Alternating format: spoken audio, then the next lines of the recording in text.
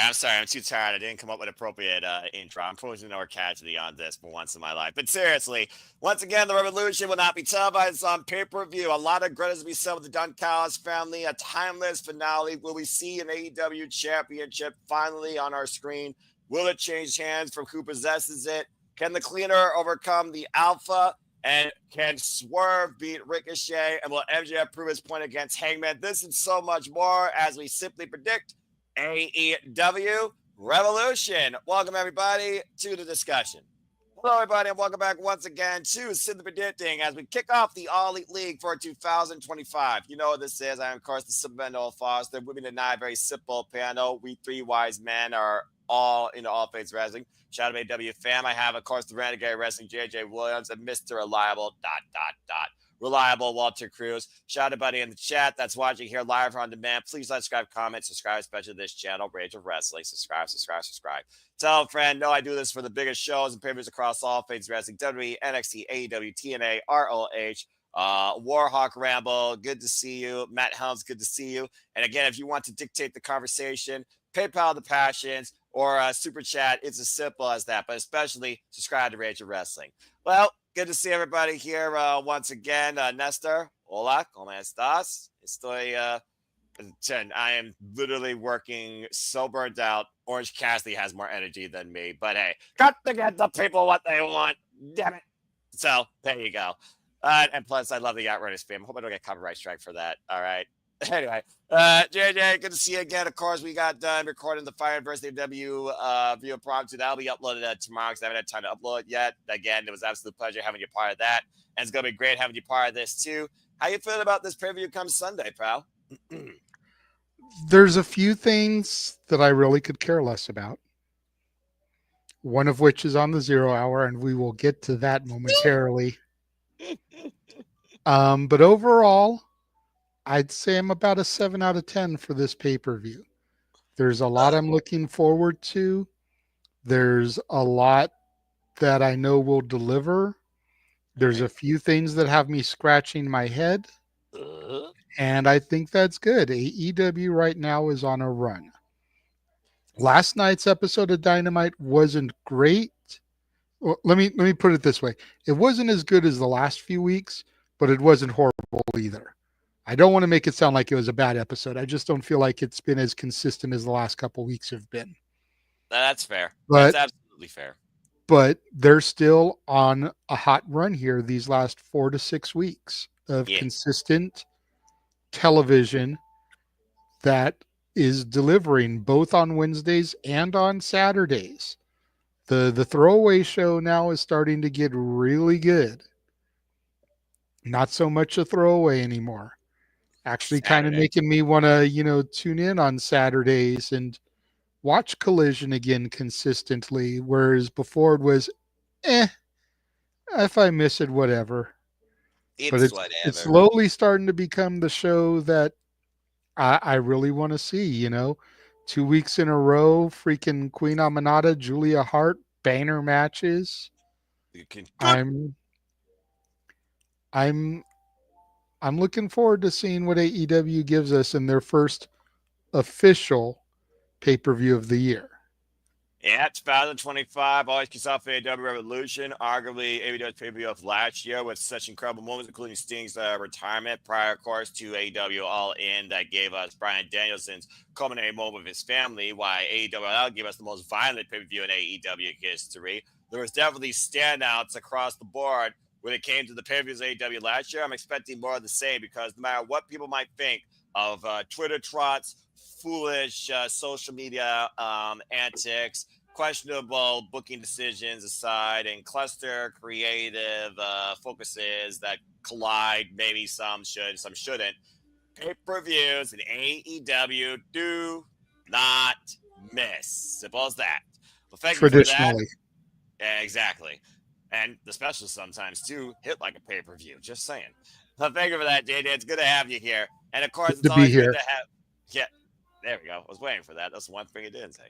And, of course, always ready to level up kids' outlook on all things wrestling while he is playing his own jamboree. Let's go, Mr. Reliable. Please subscribe. Major Wrestling Today. I don't know if he's Wario or Mario, just saying. But it's always going to have Walter Cruz here, even as Avatar Man. So, Avatar Man, Mr. Liable, the Rage of Wrestling himself. And stay tuned, folks, because this coming Friday, 1 week from tomorrow, we will level up content here, including some form of gaming and podcast. Stay tuned for more on that after a sacrifice. Walter, good to hear you. How you feeling about Revolution this Sunday, pal? I'm Waluigi right now, but anyway, uh, yeah, good to it's good to be here. But you know what? Surprisingly, AEW always hits on the pay-per-view, but I'm kind of glad that I'm not looking forward. Like I'm not so hyped about it because then I can be pleasantly surprised. Like there's just something about it where I'm not as hype as I usually am. But I feel like there's a couple of things that I couldn't care less about, like JJ said. But some things I'm looking forward to more than others. So just hopefully I'm pleasantly surprised. But we'll get into it. I think that's always a great takeaway to Yeah. have when it comes to these type of professional wrestling showcases, especially pay-per-views, considering this is the first run of watch-alongs that stream along an entire week of watch-alongs covering WWE, NXT, AEW, and TNA. So I understand that. But yeah, AEW previews are always a fun joy to cover with you guys. We've covered so many incredible moments and matches. I'm expecting more this Sunday. So I figure without further ado, gentlemen, city predicting community, all elite fan base, who will of course will be part of the All Elite League. The forum will be out once the stream concludes on my social media. It's an on NotiQ. So you got a NotiQ. Shout out to Aaron Riff and Charles Schultz. Good to see you.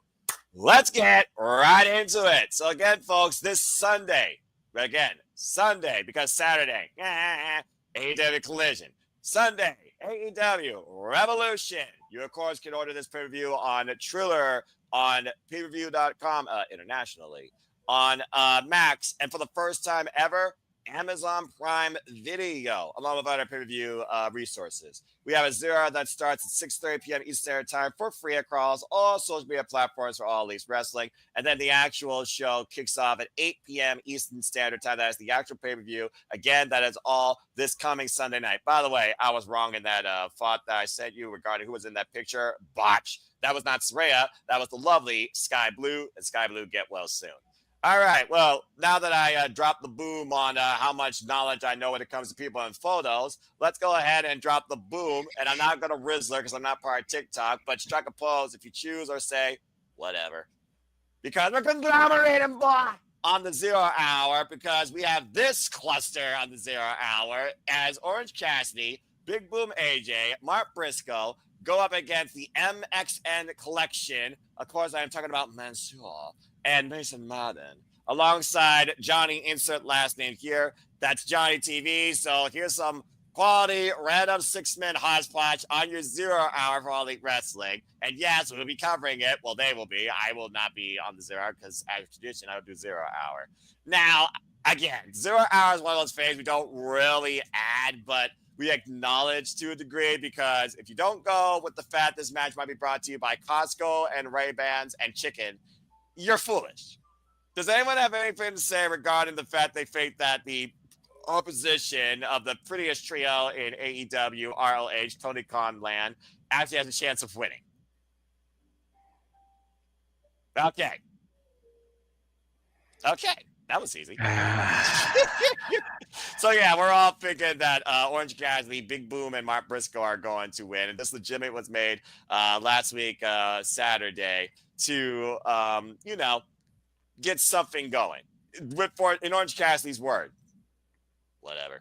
And Warhawk came with a thought, not a bad idea to get this on the card. The 0 hour is okay to put Freud matches on the pre-show. It exposes, that type of atmosphere that AEW brings with its wrestlers and its unique characters. And maybe they're trying to get a Costco endorsement. I don't know. I'll tell you what Waste though. of space. Mm-hmm. Watch Big Boom AJ pin Johnny TV. I mean, Paul Walter Hauser helped Dutton Castle outlast Johnny TV in a fight without honor on an ROH pay-per-view, the biggest boy I ever seen. So, I mean, it doesn't seem like TV personalities and social icons work best for someone that should be TV ready. Isn't that kind of funny? Okay. Well, that was easy. I See? do I do say Johnny TV fits that group to a T. Like it actually Accurate. does. Yeah. Johnny, I forgot he had a job. That's his new Yeah. name. So how many Johnny, last I names? forgot he was still employed. So how many last names does that make now? Johnny Nitro, John Morrison, Okay, Johnny you write these down. Mundo, Johnny Impact, Johnny TV, Johnny, I forgot he had a fucking job. More nicknames Miss than Big Minnie, Show turned heel. that's debatable. Oh, you're not entertained. Johnny More Bloodsport. nicknames than Charlotte Flair has divorces. Damn. Stop me when I'm telling lies. Chat, put your fruit damn in there if you agree, but also if you're shocked by that analogy. And if that's Stat Boy approved, let it be known across the internet too. Duh!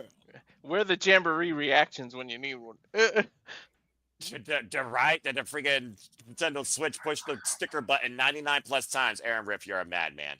Okay, well, that was easy. And I'm sure there'll be another match to add to the Zero because they usually do 2 or 3. Again, you got 90 minutes, and I don't think Renee Paquette, Double J, Jeff Jarrett, and RJ City can literally talk for just 90 minutes because unlike the other shows, they actually do wrestling in the Zero Hour. What a crazy concept. Now, let's go ahead and get to the actual pay-per-view, shall we? When it comes to everyone's favorite scumbag who says the Devils on their level and looking to get his due, he took it a bit further when he literally looked to prove his point, trying to burn a man alive in California. And in a place known for wildfires and dry fires and stuff burning up, thankfully that was halted. But something tells me from the Stables Arena, I'm not calling it by its current name, someone's going to burn or get knocked out or both. Because right here, you are looking at 2 OGs of AEW that have been there since day one, going one-on-one, and we're going to find out who truly is real and who is not, and who is better than you, and you know it. Cowboy Shishnak in California, the city of angels with plenty of devils, and you can decide what each of these men are. It's Heyman and Page versus MJF one-on-one. This really came ahead after the fallout with Heyman and Page and Christopher Daniels, where he gave him his last match and virtually retired the man. Ever since then, MJF tugged on the heartstrings, and it's almost like Heyman has had a state of consciousness in who he exactly is and what he represents. Love him or hate him, he's been real to us since he's been on AEW. No lies detected. While MJF still proves he's very insecure because he still fights, it feels like, for that adulation. And apparently the audience still doesn't give him that. So much so, he has already lasered off the AEW tattoo off his leg, where the only 3 letters that matter truly now are MJF, as he looks to get back his Triple B here in AEW. Just saying. Yeah. Yeah. So honestly, you can think about this literally being one of those matches that could set up MJF to get back to where he was. And the same it could be said for Heyman. Again, they've been involved since Double or Nothing 2019 when the belt was first presented. They were involved in the very first match, Casino Battle Royale, where Heyman won, eliminating MJF. And for the first time, we finally saw MJF, who's been now 5 times over consecutive Diamond Ring holder, nailed Heyman in the head and knocked him the freak out.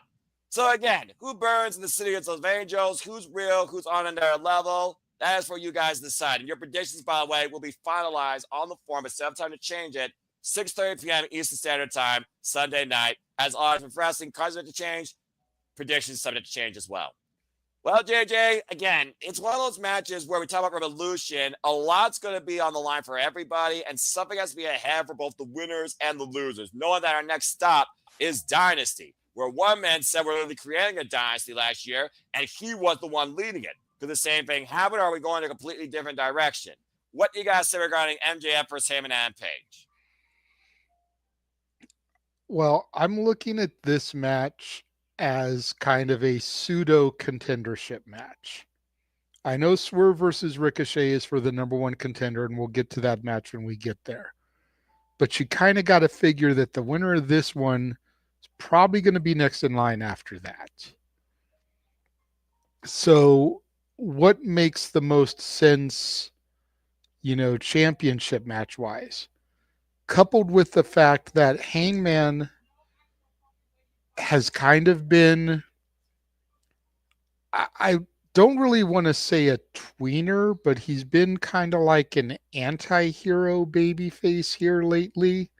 You know, the rogue renegade, kind of like a Stone Cold. What? You know, technically a babyface, but are his actions really babyface esque? Not really. And he's been walking this fine line now for about the last 6 to 9 months, ever since his thing with Swerve started. And you know, he needs a major victory. Yeah, he defeated Christopher Daniels, but does anybody really count that as a major victory? I love the Fallen Angel, don't get me wrong, but it's not like we're talking about the Fallen Angel of 20 years ago who was putting on fucking triple threat banners with AJ Styles and Samoa Joe. This is accurate. We're talking about a guy who was at the twilight of his career, and oh, he beat him so badly he's never going to wrestle anymore. Okay? Didn't realize Daniels was wrestling all that much to begin with. Maybe because he was more so on ROH than AEW television, and I don't watch ROH because I don't have Honor Club. But Fair. point being, I don't consider that a major victory. I think we need to give Hangman here a definitive, solid victory. As much as I love MJF, as much as he is the former multiverse of media's scumbag, growing up as a boy, you know, going to school, hitting the Jewish deli on his way home so that he can watch Jeff Meacham and talk wrestling back in the day, you know, on NoDQ.com, all the shameless plugs. Yeah. Hangman needs this more than MJF does. And I don't think this is going to be the end of it. We're easily going to get a 3-match feud here. And I'm hoping they space it out and do it like every other month. Possibly cultivating in a Texas death match at All In.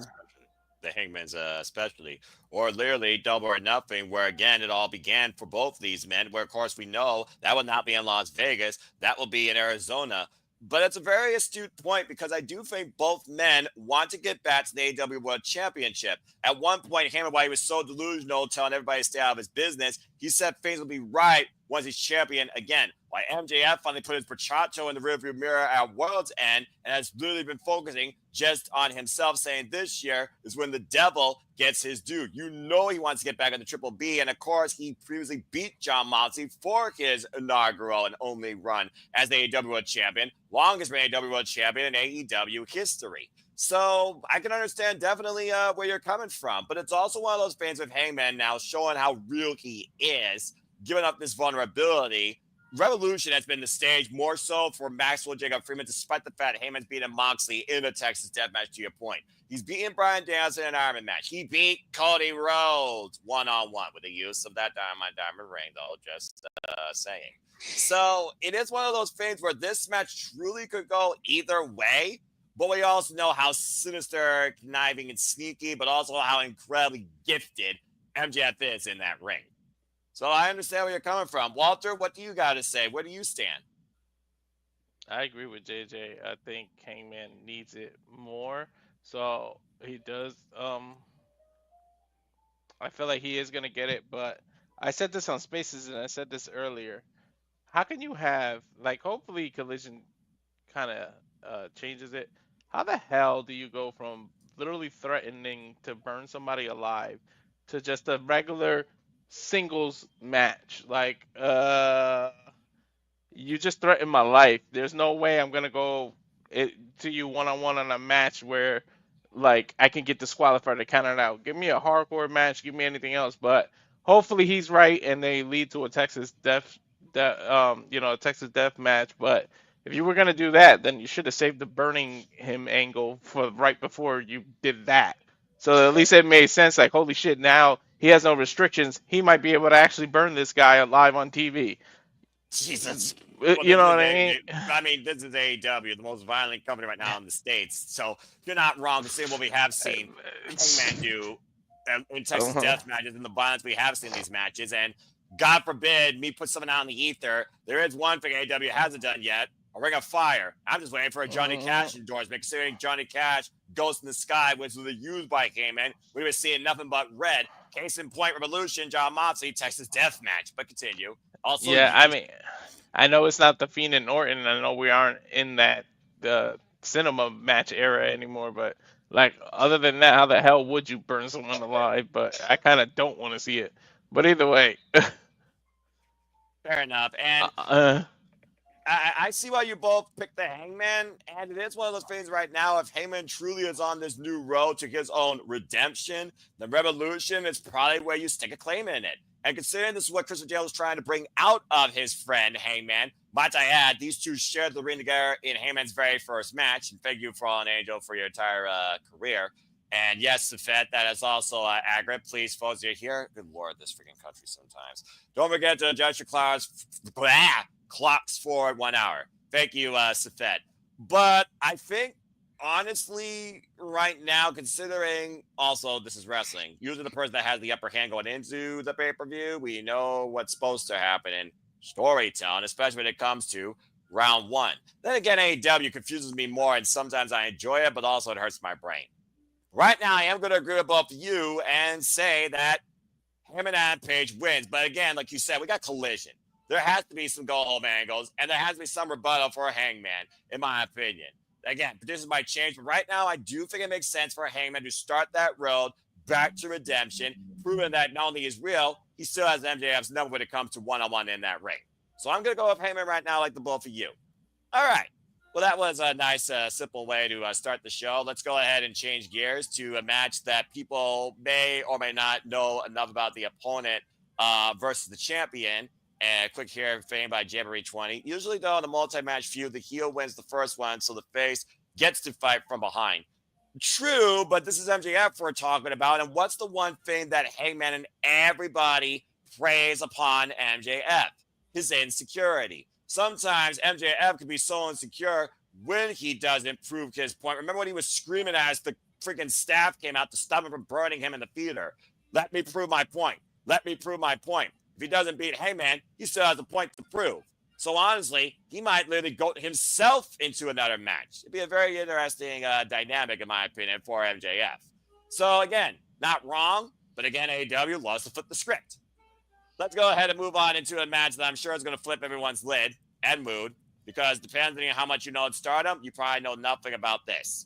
Let's go ahead and talk about Mercedes Moné defending the title against Momo Watanabe, the TBS Championship.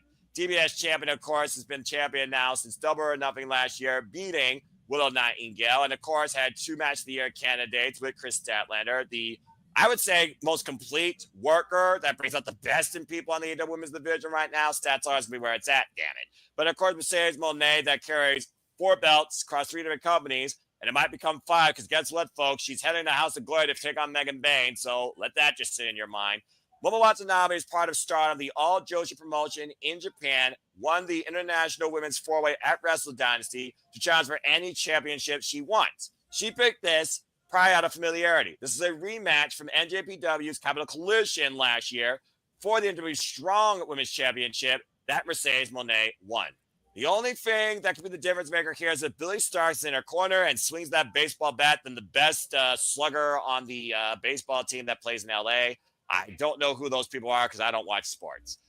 But legitimately, thinking about the fact that we have 2 shows coming up in NJPW of America, unless Thekla and Hate are all involved here, I don't see the title changing hands, but I would love this to be a big, what's been a year of what the fuck moments, honestly, in this business. Let's be legitimate here. John Cena.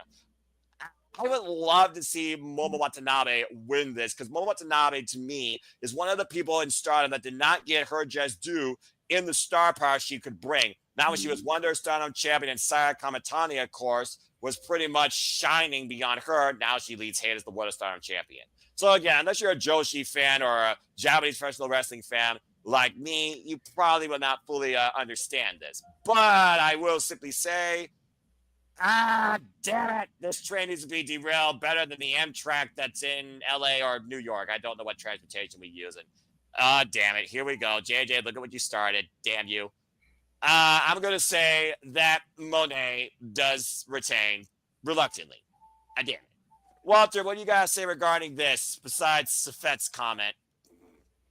I agree with you. The Grand Theft Auto 6 stripper bitch is gonna win, but Jesus Christ!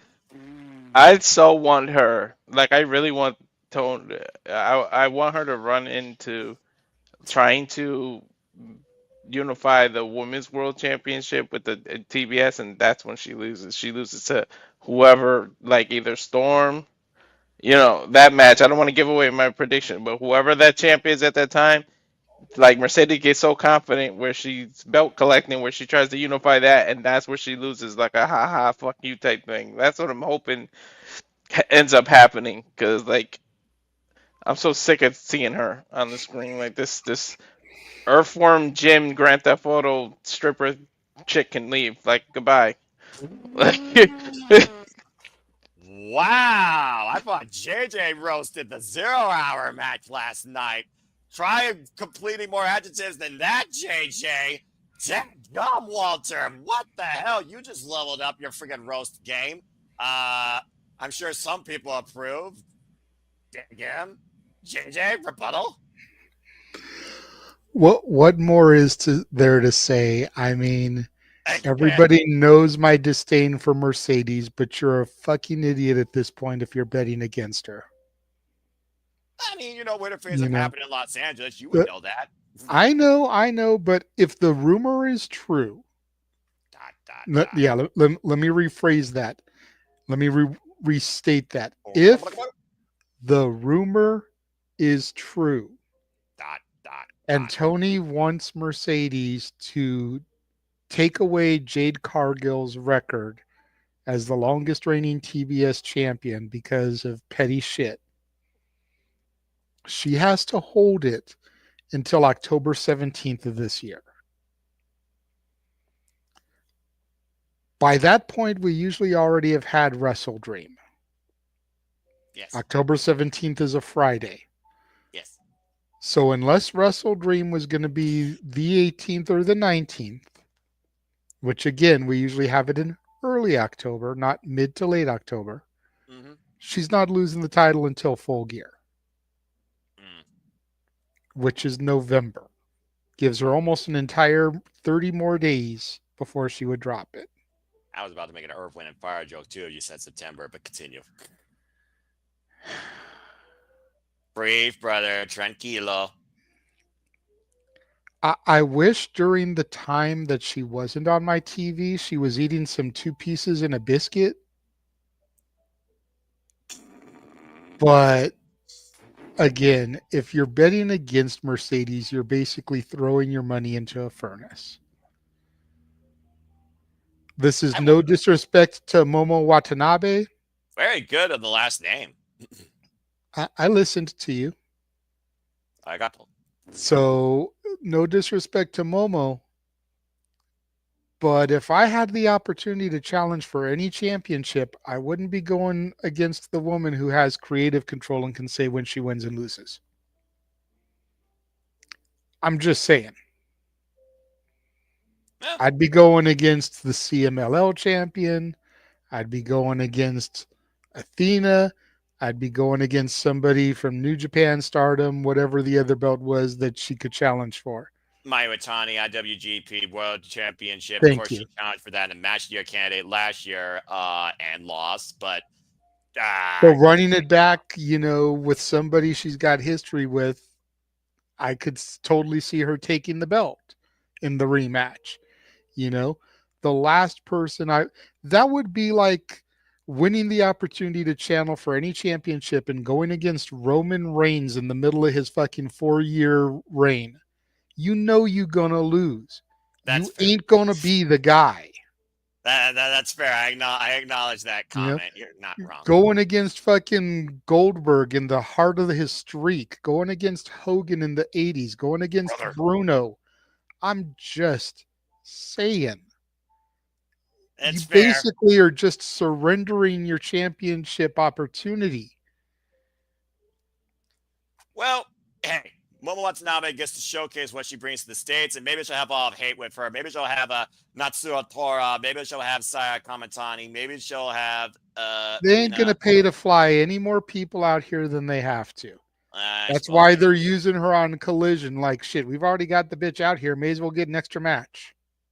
Hey, her and Serena Deeb's going to be a great match, though. To be And fair, I'm not saying it's not, I got but you. let's be real.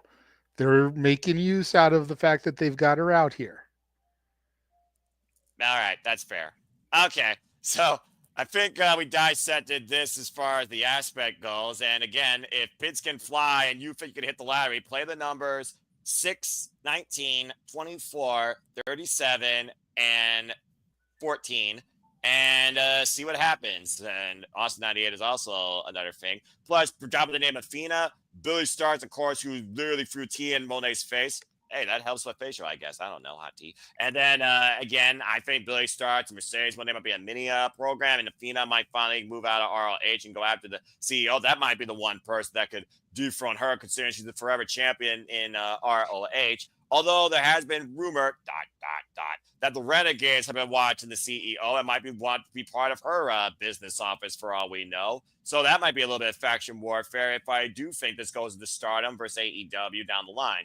But at the end of the day, here's one thing we could all politely say. Minnie Monet is freaking awesome. Okay? Minnie Monet should be the TBS champion. I said it last night, taped. I will say it again now since it's live, and then people will hear me reiterate it tomorrow when the ATW view goes live. Put Minnie Monet back up on my screen. Minnie Monet has more charisma in her puppet pinky than the real Mercedes has in her whole fucking body. Hashtag Statboy approved. Okay. Wow. Let me get Minnie Monet versus Miss Piggy in a fight. Oh, God. Miss Piggy with her karate chops. Just saying, Minnie Monet versus Miss Piggy. Let's make it happen, damn it. No. This is going Somebody way out too there far. in internet land who No. has the ability, make No. a Minnie Monet puppet and a Miss Piggy puppet and do the damn thing. Oh my God. Oh God. And have Kermit watching it with those. I don't know if you've seen those videos with Kermit and the cucumber, but them shits are funny. Have Kermit with his cup of tea. I've lost. You I've know, lost. the but that's none of my business meme. My friend Sienna Chanel uses that all the time. Shout out to Sienna Chanel. Please follow her on the social medias. Oh my gosh. What the fuck is wrong with you two? Oh, well, feel the wrath. And I'm sure we'll see her finishing move soon enough too. Oh And my I gosh. love the fact that her finishing move is called her finishing move. Harley Cameron is a gem like Chelsea Green and AJ Lee. I said what I said. Harley Cameron is more entertaining than Chelsea Green. No disrespect to the hot mess. No disrespect to the hot mess, but Harley is multi-talented. Oh, I love Harley I Cameron. will give Chelsea the edge in straightforward comedy, but Harley has the comedy. She's got the singing. She's got the ventriloquism. She's got the puppeting. Harley Cameron is more talented. I would love to meet Harley Cameron, just dissect her brand. Also very inspirational. If you know, you know. It's, of course, she also sung the theme for Cassie Lee and Jesse McCants. Look at my autograph here off to the right-hand side. Again, Slay of the Days. Go check out their podcast. I'll put chops. And I look forward I wonder if they'll to use that song when the inspiration returns to Prestige Wrestling, which we'll be doing the watch along for. Well, it is in Las Vegas, and when the freaking inspiration arrived and crossed the line in TNA to take on Decay for the Knockouts for Tag Team Champions that they won in their in-ring debut at Bound for Glory, it was Harley Cameron that was performing with them live. So again, and if you all have not watched the close-up with Harley Cameron and Ape Pecan, you just want a good old time and see more puppet. It is a hoot. I love Harley Cameron. God bless her. And again, comedy is good for the soul, and it's good for people that make it work. And she is literally a gem. legit. I wish her nothing but continued best. And again, she's got some great wins underneath her run so far, her young run in wrestling, including against the Virtuosa. So that's saying something. All right, again, Harley Cameron, you're special. Mini Monet for life. But Momo, good luck. I hope you swing a home run and make all of us eat crow. But Momo beating Monet sounds like most people are going to say no. Holy shit. All right. What? Sorry to interrupt our proceedings. Breaking news out of GCW. Ash, I hope you're watching this either live or on demand. Zack Sabre Jr. is coming to GCW for 3 shows during the Vegas experience. Dickhead! One of them, GCW Bloodsport, which Walter and James will be calling. One of them, Joey Janela Spring Break, which we just got the big news about Bozilla versus Megan Bain. Yes, all the beautiful meat. And the other show that he's doing is Effie's Big Gay Brunch. Don't hate me. That's the name of the show, everybody. Oh, yeah. I just don't want people to say I'm being homophobic or anything. That is literally the name of the event. Effie's Big Gay Brunch. Look, if anyone knows anything about GCW, you know Effie, you know that form, and my friend Shanna Chanel and my friends Peanut Butter can attest to that. But that being said, Sesame Jr., the mighty don't kneel. Dickhead. So that is 2 out of 3 shows we will be doing as part of the week leading into WrestleMania that Zack Sabre Jr. is going to be a part of. Well, I can't wait for that because, again, I love all things wrestling, but also Sesame Jr., his word is dickhead. Kazuchika Okada's word is bitch. Beach. Freaking Okada, damn it. From one lap to another, but one of the greatest of all time. Rainmaker. Kazuchika Okada defends the Continental Championship against the Hounds of Hell's Brody King. Legitimately, this was made last week Saturday on Collision during the cold open with Brody King and Julia Hart, hyping up Julia Hart for Zamanata 2. And Okada came out and said, "Oh, I'm so sorry. I'm so sorry. I'm so sorry." And Brody King was not amused. In fact, he intimidated him, barking in his face and bumping into his multi-thousand-dollar suit as Okada looked at himself in his beautiful Continental Championship. And as we had that war, as you talked about with Clean Amanada and Julia Hart, cannot wait for the fucking rubber with those two. That's some damn good wrestling. Brody King came out to check on Julia Hart, and Okada attacked from behind and literally beach.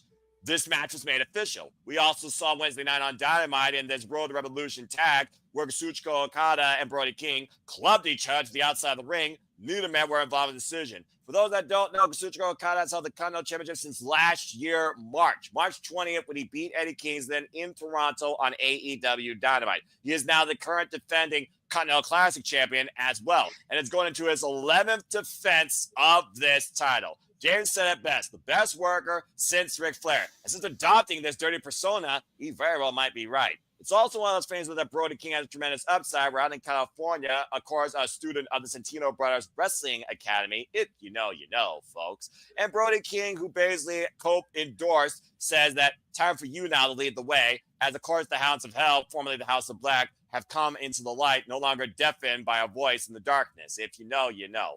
It's one of those things where I want to see Brody King have a moment, but it's also another thing where I know Kazuchika Okada, he is the milestone man. When you think of Kazuchika Okada, you think of championship. And he's been that pedigree since being part of AEW holding this. And approaching 1 year with this title, it just feels like it makes sense for him to hit that goal. I honestly want to see Eddie Kingston come back and challenge him, and we run this thing back full circle. But that being said, if we're going to get there, I'm going to start off and say, yes, I agree about that because it's Kazuchika Okada. Beach. And I do think that Okada is going to retain. Of course, his last defense we saw was down under in Australia against Buddy Matthews, where if it wasn't for the foot on the rope, Buddy Matthews very well could have been the new Continental Classic champion, another Hound of Hell. But I think Okada is going to retain here. But before I give it to Walter to start off, here's a take by Emmanuel. He's going with Brody. Okada can take the L. There's more promise with Brody and needs that boost to see what he can do as champion.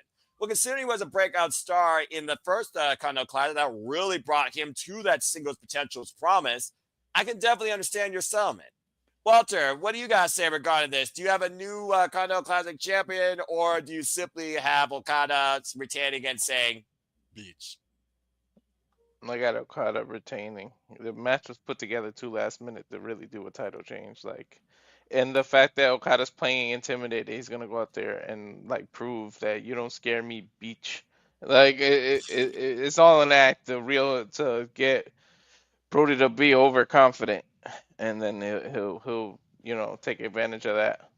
But I'm to be honest, the real reason I'm not predicting a new champion is because I'm predicting another title kind of changing. So I don't think both will change the same night. So I think we retain with this one. All right, fair enough. JJ, I mean, again, the one thing we can say about Kazuchika Okada, he has some of the most hilarious facial expressions too. And Brody King, he is a big, bad, imposing force.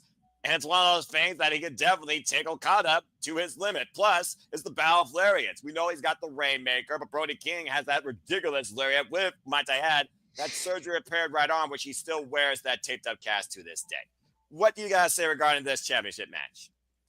More or less what Walter said. I mean, I've got a strong spidey sense tingling that a different title will be changing later on, and that person will be fighting Kazuchika Okada, possibly to unify the championships.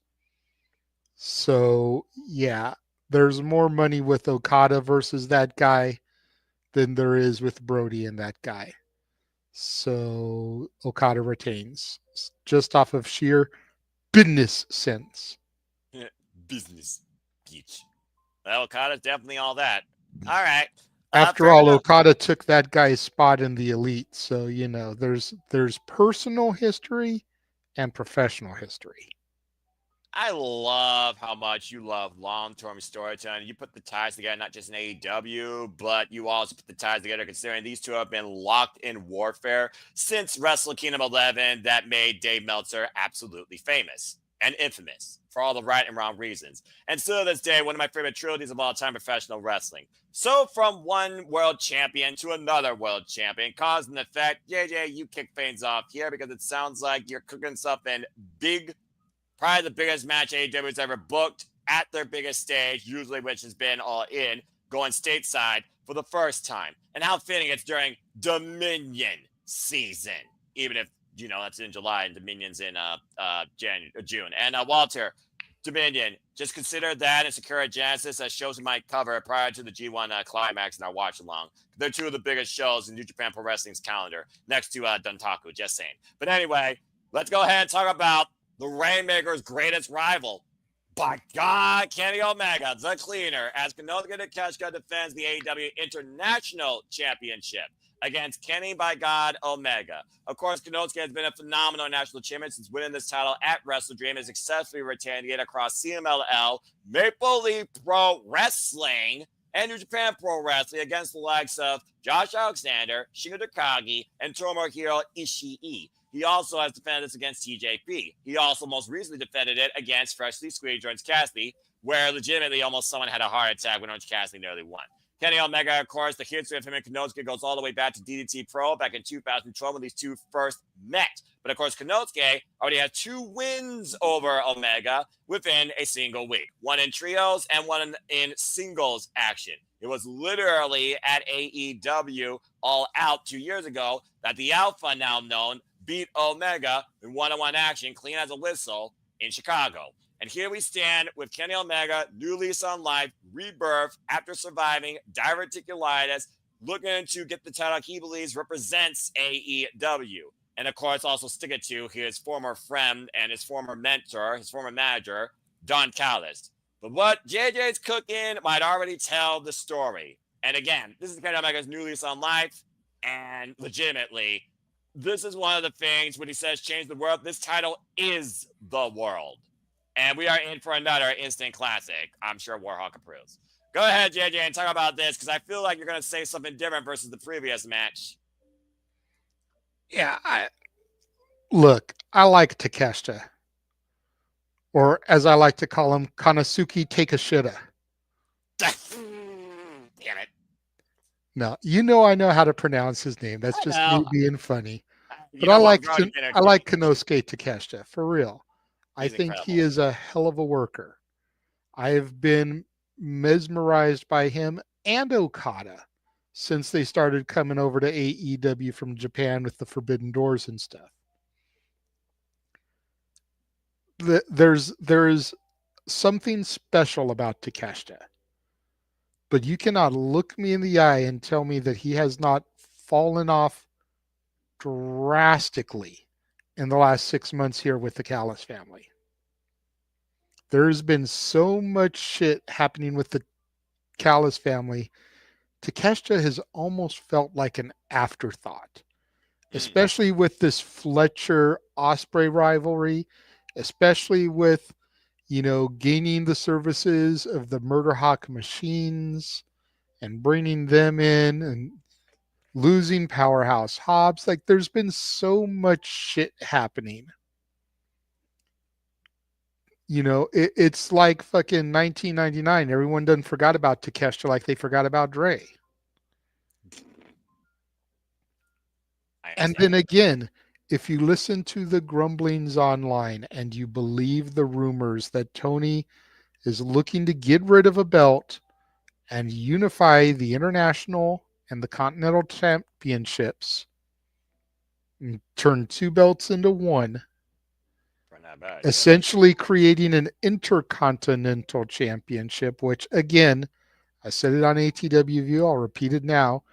Don't know if they want to copy WWE too much or if they'll just stick with the international championship. Maybe make the winner of the Continental Crown tournament the number one contender to a shot at the international championship. But the money is in Omega versus Okada. There's history there. Again, there's professional history. And now there's personal history because Okada took Omega's spot in the Elite. When the Elite was reborn with the dumb fucks, Jack Perry and Okada, Damn, there it is. Okada essentially took Kenny's spot. Takeshita took Kenny's spot in the Callis family. Uncle Don dropped Kenny for Takeshita for the next thing. The Yep. next big thing, as it were. And it's proven to be a good decision for Don Callis because look at what happened to Kenny. You could almost say that anything Don Callis touched, despite the fact he was once called Cyrus the Virus, it's only been good for those men's career. Kenny Yeah. Omega, Will Ospreay, Konosuke Takeshita, Kyle Fletcher, and all four of those men are in marquee storylines and matches at this pay-per-view this Sunday. Mm-hmm. And even going to ECW, Rhino was his corporate champion. Look at the TV title run he had. Last ever ECW champion under the real ECW umbrella. Mm. There's Don Callis, for all intents and purposes, is like the C-list Paul Heyman when you look at the people he's guided and the trajectory he's put them on. I got something important to say. A lot of us like to shit on Callis, but got to give the man his flowers. Yeah. But I at can't the argue end of the that. day, there's money in Omega Okada. Whether it's double or nothing, whether it's all in, whether it's Forbidden Door, there's money in Omega Okada.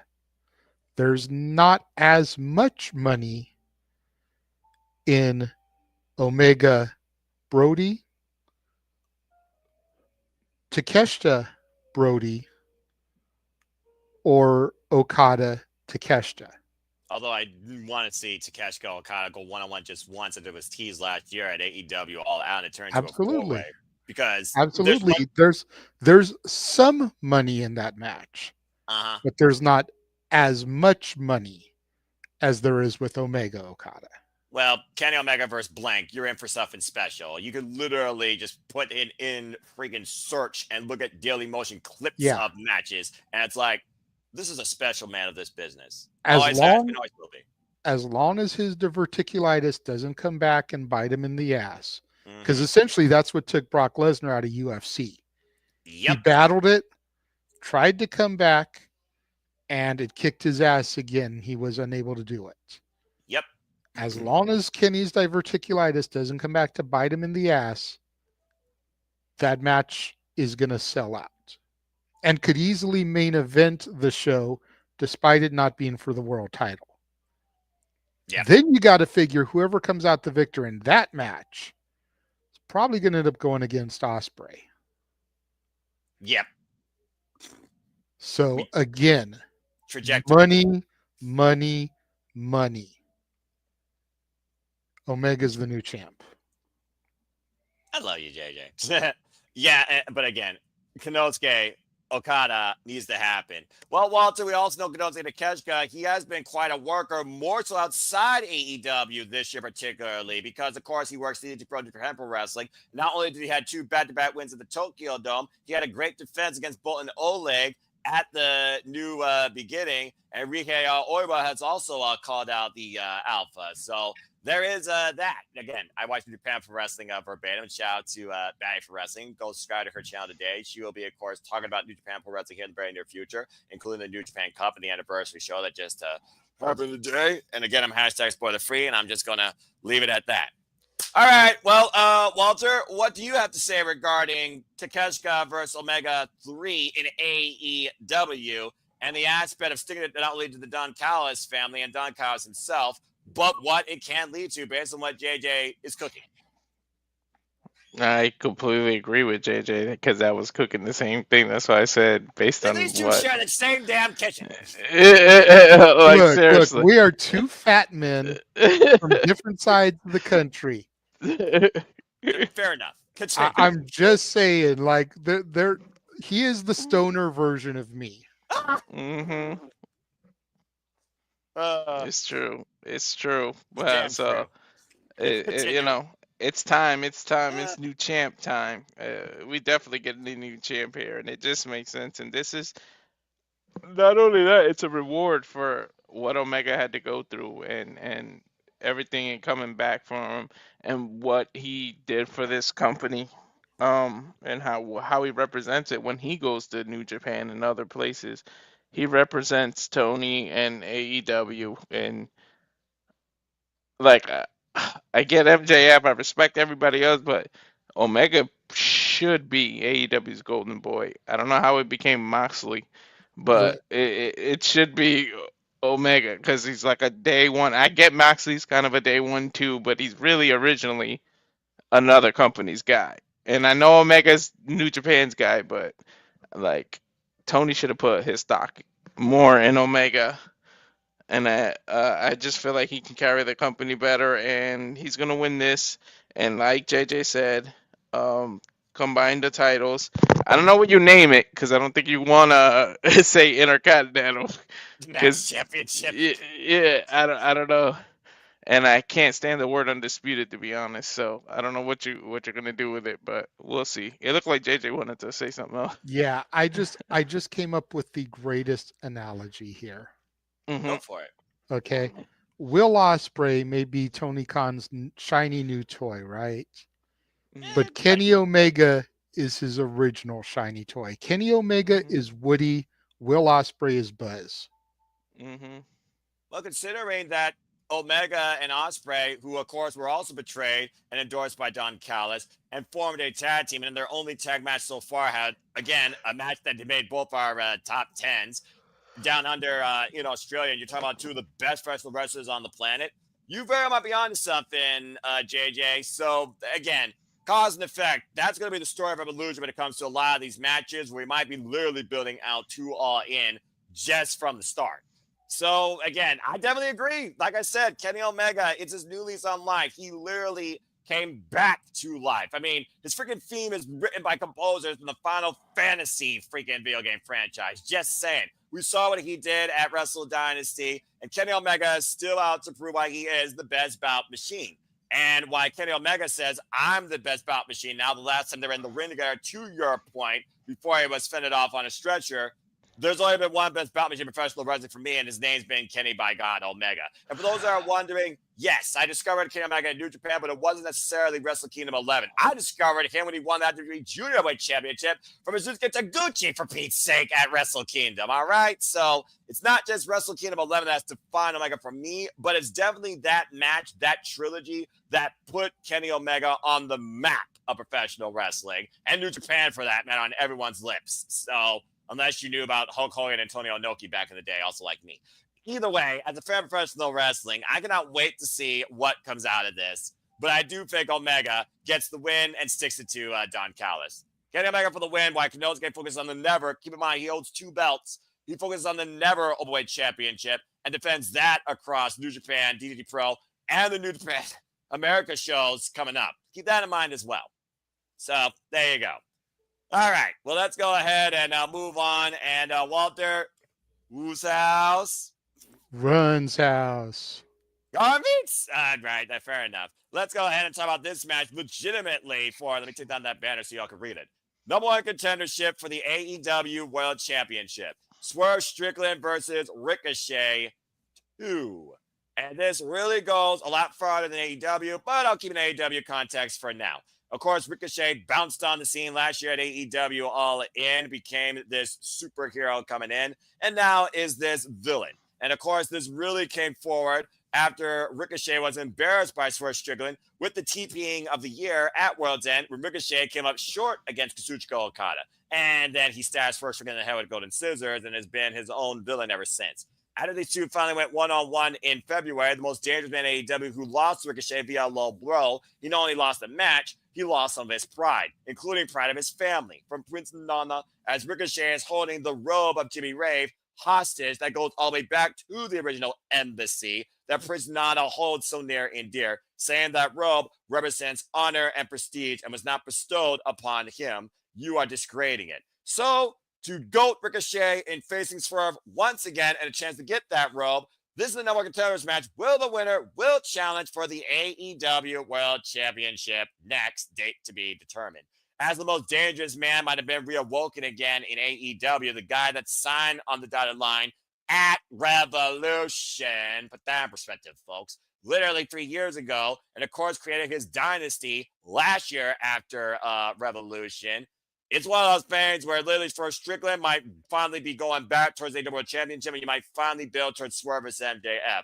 Straight up, because Prince Nana says, if you don't do this, I might be done. And I can't imagine a world where we don't have Swerve Strickland and Prince Nana freaking swerving your way on your screens while drinking Prince Nana coffee.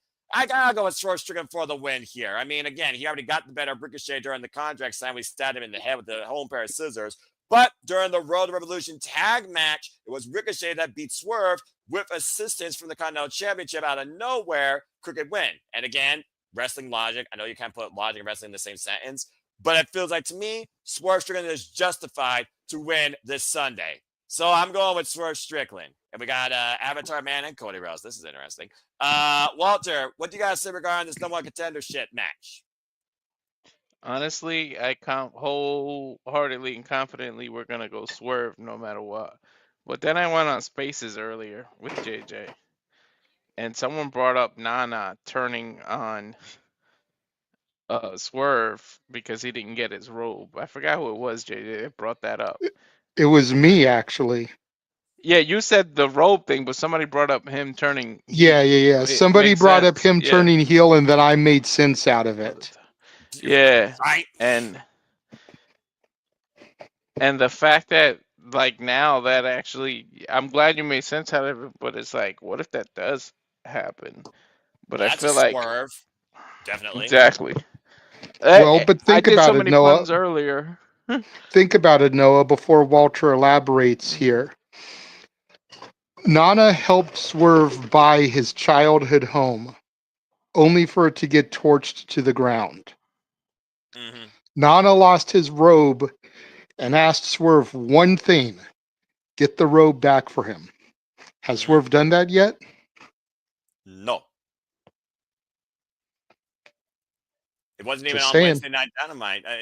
Again, though, I think, like he said, that it's going to show up on Sunday. And after name dropping his ring announcer wife, I'm definitely expecting fireworks to fly and scissors to be out sprawling during this bout on Sunday. That could be very heated. Plus, we also know you piss off Swerve, you're going to regret it because this guy has zero F's for your well being if you cross him. And if this most dangerous man AEW is rewoken again, you thought him and Swerve was a freaking rivalry for the ages. What the fuck are these two yahoos going to do in their second encounter? If that could lead to a third with AEW World Championship implications. But continue.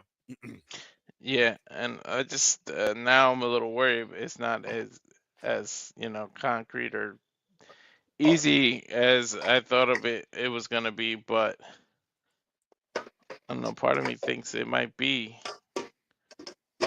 Well, again, it's Now, revolution. I mean, the revolution is being literally founded here. And of course, that leads to Dynasty. That's in April. And again, it was Dynasty last year where Swerve beat Samoa Joe to become AEW World Champion. And quite a notorious one at that. it's just after Swerve when he came back, he said, "You don't turn your back on family and not as family." That big promo he did, they got that big pop. If you remember, it's like, damn, now Nana's gonna throw that away. But I mean, it's 2025. Cena's heel. Just saying. So. Yeah, about to say, would you I'm, really be surprised at this point if anything else happens with a character change? I am, man, I'm so debating this and I'm not 100% sure. I may change my mind later. I'll go with Swerve just because my gut wants Swerve to win, but I'm not shocked if Ricochet wins. I'm really not. That's fair. Well, it also is one of those things where I'm sure people are going to consider a balance of heels and faces winning due to certain situations and the aftermath that follows. And you figure about the predictions tonight. I think outside Monet, every prediction so far has legitimately been the baby faces, except for Okada. Beach. That being said, JJ, do you agree, even reluctantly, if so, with Walter when it comes to Swerve Strickland winning? Yeah, I mean, if you remember last night on the ATW View, which granted it hasn't gone live yet, so it'll be tomorrow, but a cheap plug. I did contemplate the fact that Ricochet was going to win, but I said it was going to be because Samantha gets involved and helps him win. Now with this new wrinkle and what was brought up in the space, and again, join the spaces, everybody. Great time for all. But I don't know. There's a part of me that thinks that maybe, just maybe, Swerve will win, and then the heel turn will come after. Right. He'll go to celebrate with Nana, and then Nana will hit the turn. Yeah, Nana. That's always a possibility too. Right. And then that would lead into when Swerve gets his title shot because he becomes number one contender, Nana be the one to cost him the match. Nana and Ricochet. Yeah. And then people will never freaking Swerve with Prince Nana again. And Prince Nana takes away such joy from AEW fans. All right. Yep. Well, and I mean, if you know the history of Nana, Nana has always worked better as a heel. Going back to the embassy so again. Weird. Yeah. It's so weird seeing him as a baby face. Right? And he's one of the most over baby faces because of his little dance. And Swerve Strickland even pointed out literally when we had Swerve Strickland versus freaking Heyman, and Heyman said, "I'm gonna steal your weed." No, you're not. You're not gonna do that. I don't know if Prince Nana is still on the weed, by the way, but that's a whole different conversation. Maybe Walter knows more about that, considering he is the Stone Boy. But that being said, it's just one of those things right now that I think this is Swerve's upside once again. And thinking about the tease at one point with Swerve versus MJF, again, two AEW OGs, finally maybe stepping away from Heyman and Page. Maybe Heyman's got, a reform of focus, and Swerve is also focused. That's what Prince Nana's been looking for. I think it's Swerve Strickland's time to not only get that robe back, honoring Jimmy Rave, and of course, that means so much value to Prince Nana, but stepping away for now from Ricochet. And with Ricochet's new heel persona saying that he's finally able to be who he should be, I'm sure he's going to figure out a different direction regardless of winning or losing here. Besides, I've had enough of this guy wearing a Philadelphia Eagles shirt in the home of the San Francisco 49ers as he goes to friggin' LA. Okay? Seriously. Even Rick Bonnie who's a freaking Philadelphia fan, says, this is one Philadelphia Eagles fan that I can't get behind. That speaks volumes for that guy. So, yeah. Swerve's going to beat Ricochet, I think, and put him in his place underneath him with a Swerve Stomp. Swerve for the win in his house. All right. Well, that being said, Emmanuel, again, they only have one encounter so far. This is the second one. It was Ricochet that got the win via a low blow. And you're not wrong, Safedin. Lord help me that weekend because I'm going to die probably. WrestleMania and Easter from the City of Sin. One of these things just doesn't belong here. But again, that's a whole different conversation. All right. Well, good stuff, guys. Talking about all of that. Let's see here. We got 1, 2, 3, 4 matches left. I know it's my main event, and we'll get the spotlight there soon enough. So let's see. Segueing from a ridiculously violent match of sorts like this, let's go ahead to something a bit more. Budget. I don't care. Let's go ahead and talk about Will Ospreay versus Kyle Fletcher inside the steel cage. Talking about two brothers. I mean, I think Ricochet and even Swerve were brothers at one point, but these two are legitimately brothers, one-on-one with each other, living with one another, as Emmanuel agrees with us. And now they're going to sell it inside AEW steel cage, which, might I add, is ridiculously tall, twice the height, and there is no door on it. There is no escape, basically, unlike WWE. Might I add, ladies and gentlemen, this is the first steel cage match of 3 we're covering in the same damn week. What the hell, wrestling business? Anyway. All right. Will Ospreay, Kyle Fletcher going all the way back to Rev Pro to 2020 when these two are literally losing each other's minds and helping each other survive, live together. Of course, United Empire. We, of course, saw the rise of the Pro Star, though, under the dark influence of the invisible hand, Don Callis. After he said he'd rather die a king and is not Will Ospreay, beating Will Ospreay in a career-defining match last year at Full Gear, only for Will Ospreay to get his win back at World's End, bloodied and completely battered. We, of course, saw what happened down under in Australia in Kyle Fletcher's home turf when Kyle Fletcher lost that tag match, not involved in the decision. As Will Ospreay finally looks to put Kyle and his past behind him once and for all. If you all saw Dynamite this past Wednesday, though, you saw Kyle Fletcher hit a ridiculous brainbuster on Will Ospreay. Still to this day, compromised left shoulder on a steel chair in the middle of the ring, with influence by Mark Davis wailing a chair on the back of Will Ospreay. But it seemed like after that there was reluctancy as Mark Davis watched from the aisle way. For those that don't know, Mark Davis and Kyle Fletcher are Aussie Open, former IWGP and NJPW Strong Tag Team Champions, and of course both formerly members of the United Empire. I still feel there's reluctancy with Mark Davis and the Don Callis relationship, but I also do think there is still that kindred respect for somebody he once looked at as his friend. But Kyle Fletcher said best last year at Friday Night Dynamite. It's not the first time I turned on somebody that was family. And I think that also is eating away at Mark Davis's mentality. But legitimately here, guys, this is the rubber of a trilogy, and it's in a fucking steel cage. And you know the history of steel cage matches in AEW. You also know how crazy Will Ospreay is. Bruv. First off, Will Ospreay is going to do something insanely crazy, stupid, and dive off the top of that cage with the most ridiculous sky tricks I've ever seen in my life. Calling it now. And one of these two, if not both men, are going to bleed. And I'm worried about somebody legitimately getting injured here, considering both these men's mentality. So, that being said, Walter, what you got to say regarding this steel cage match? We're talking about future challengers for the AEW World Championship, the future of AEW. We talked about MJF, him on the page earlier. We talked about Kenny Omega and Okada. Ospreay, of course, an incredible history with both of those men. And, of course, we talked about Swerve Strickland and Ricochet. It was Will Ospreay that lost to Swerve last year for the AEW World Championship at the Forbidden Door. You almost wondered this is his first step to get back to that rising promise, bruv. What do you guys say regarding the steel cage match? Will Ospreay versus Kyle Fletcher. Who wins? We do. The freaking fandom. That's who wins. The IWC, because god damn, this is gonna be a match. I feel bad. This isn't gonna be the main event, so I kind of feel bad to whoever actually follows this match, because this is gonna be what AEW really is all about. But I'm just gonna go with Osprey. I think the rivalry is gonna be done after this, and so he moves on. Yeah, I'm just wondering if Mm. Don Callis is going to still try and influence this somehow with a screwdriver through the steel cage. Remember the last time we had a steel cage match that Don Callis' client was involved?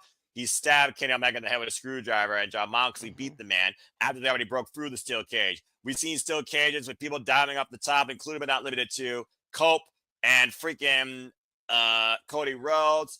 We've seen Warlow unleash rage inside the cage. We've seen broken glass brought out inside the cage. We've seen the women go to the extreme inside the steel cage. So again, the legacy of the steel cage in AEW, folks, is quite violent, but more baby faces have won in it, to say the least. And I agree with you. I do think Will Ospreay gets the win here too, because the last time he was involved in a steel cage with the War Dogs and the United Empire died that night, as Will Ospreay was sent off to AEW that night.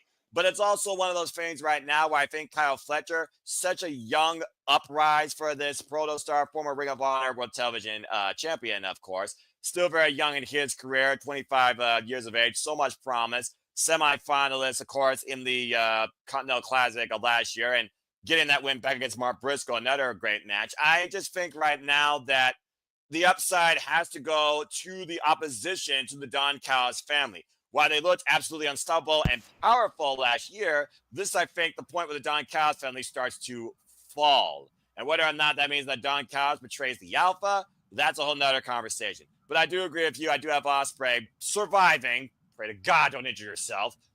And winning what I feel is the end of this incredible feud. JJ, anything you want to add? Yeah, I like Fletcher, but he's not going to get the W here. I think the whole purpose of this feud has been to elevate Fletcher, and I think they've succeeded with that. Bar none. Fletcher is now a upper mid to main event talent because of the matches he's had with Ospreay on AEW TV, teaming with Takeshita to go against Omega and Ospreay. You know, he's definitely upped his game, and I think they accomplished what the mission was here. Move him up the ladder, kind of pull him out of Ospreay's shadow. But Ospreay is going to get the W here because whether it's All In or Forbidden Door, Ospreay is becoming champion by the end of the year. That's a hot take. I mean, how do you not? How do you not? How do you spend the money that you spent on Ospreay and not make him the face of your company? Fair point. And again, we were talking earlier, Okada Ospreay, Omega Ospreay. There's money to be made in these matches for AEW. Yes, they've taken place before. Yeah, they've taken place before. But how often have they happened on American soil? So it's a whole new ball game. Except for Ospreay and Omega, that did happen at Bound the Valley. And also, of course, we saw that at World's End last year, where it was probably the first time that Okada did not say beach. Because when it came to Ospreay and Omega, it was our relationship of big brother, little brother. And it was Ospreay who, again, basically has done all the same things that Kyle Fletcher did to legitimately a brother. He betrayed Okada, left Chaos, and of course the Empire was born, even in defeat to the Rainmaker at Wrestle Kingdom 15. So again, it is really interesting how much full circle it is when it comes to the tangents between Okada, Omega, and Ospreay. Literally a trinity of New Japan Pro Wrestling greatness now here in AEW, where you're seeing the changes in character and focus for all three men for the better. And then, like, I've lost track on how many matches we have left. How many matches do we still have to go? 3. Okay. I know what one of them. I know what 2 of them are. I forget what the third one is.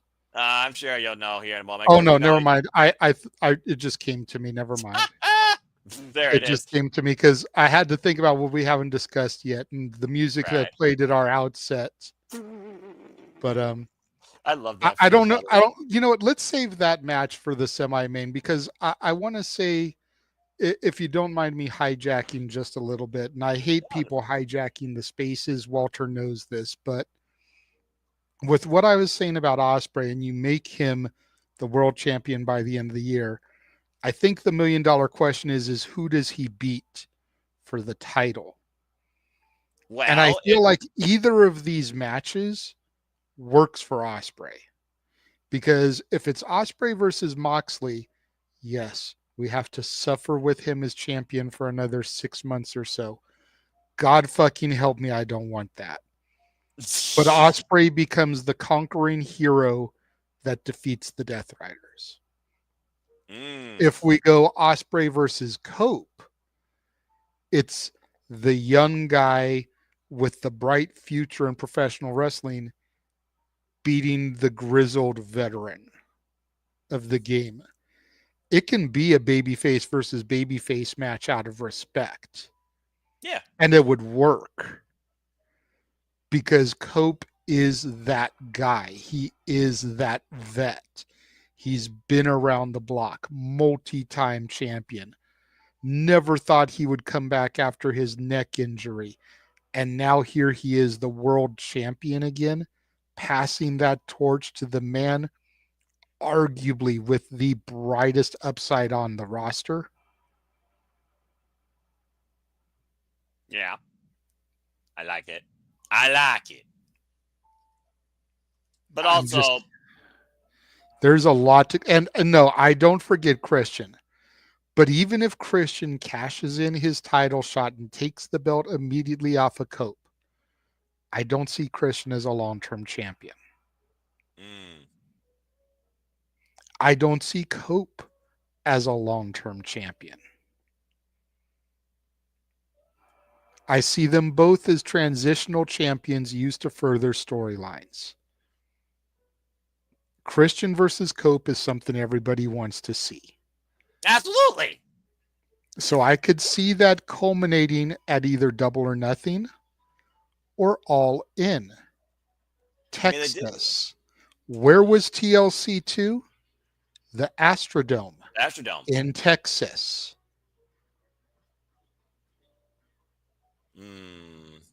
And then have Ospreay take it at Forbidden Door when they go back to London, which is happening this year. They're just not doing All In there.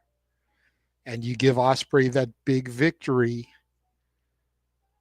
In front of his countrymen. Mm-hmm. Bro. And you give Christian a good 2 to 3 month run with the championship as Cope chases his former best friend, his former brother.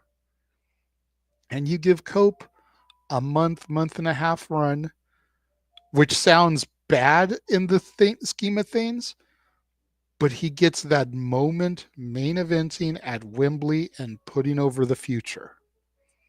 And if I'm Adam Copeland, can you really ask for anything better than that? No, not at this point of his career. He's done everything. So you have 2 short-term runs, which really isn't bad because we don't need every fucking title run to be a year plus. And you give 3 people huge moments coming out of it. Sounds like Christian, Vince McMahon never saw anything in. Past upper mid card. God. Copeland never thought he would wrestle again, and now he's a world champion again. And Ospreay defeats the grizzled veteran in front of his countrymen to claim his throne, crowns up.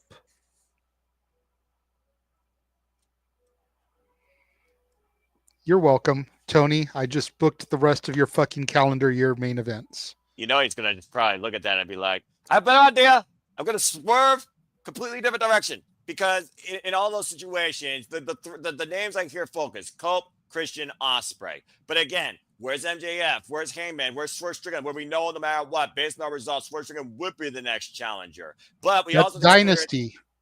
That's Dynasty.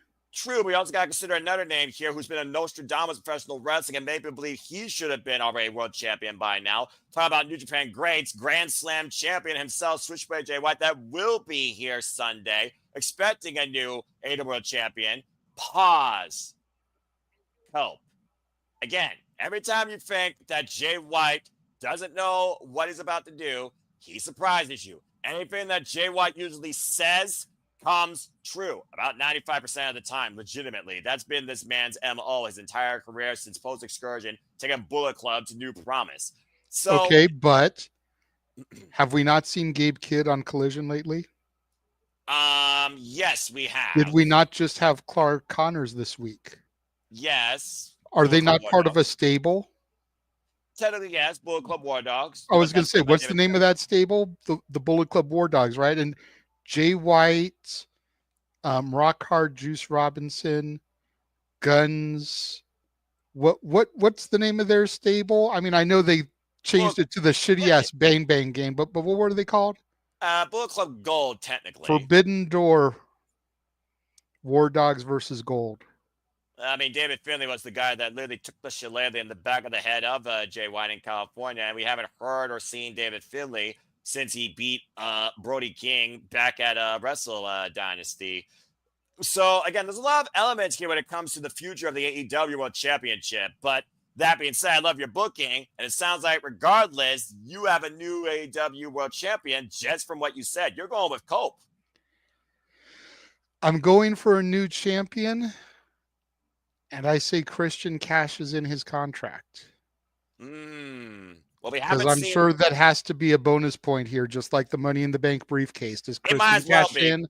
You know, just like Frankie Kazarian, does he cash in? Does Christian cash in? Does Money in the Bank cash in? We have that as a bonus point for every pay-per-view PLE when it's in play.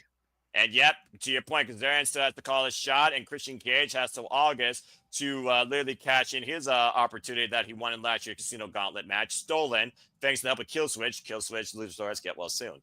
But it's also one of those things that we've seen also previously. Colt, Christian Cage have their feud over the TNT Championship, and Spike was introduced to Christian Cage's cages, and we saw how that ended in their home country of Canada as he forced Christian Cage to say, "I quit." I was about to brain him. And knowing what Cope and John Moxley are saying, only one trigger needs to be pulled. And the fact that Cope has literally had this hit list of the Death Riders taken out, with the exception of Yuta, because he gave Yuta something Yuta's been looking for, respect. I forgot what that was. Or as Moxley working us all and applying lessons from Rodrigo saying, always have eyes in the back of your head and always be one step ahead. The very last lesson of Rodrigo before he left AEW. And he taught John Moxley that lesson when, of course, he helped MJF win the AEW World Championship.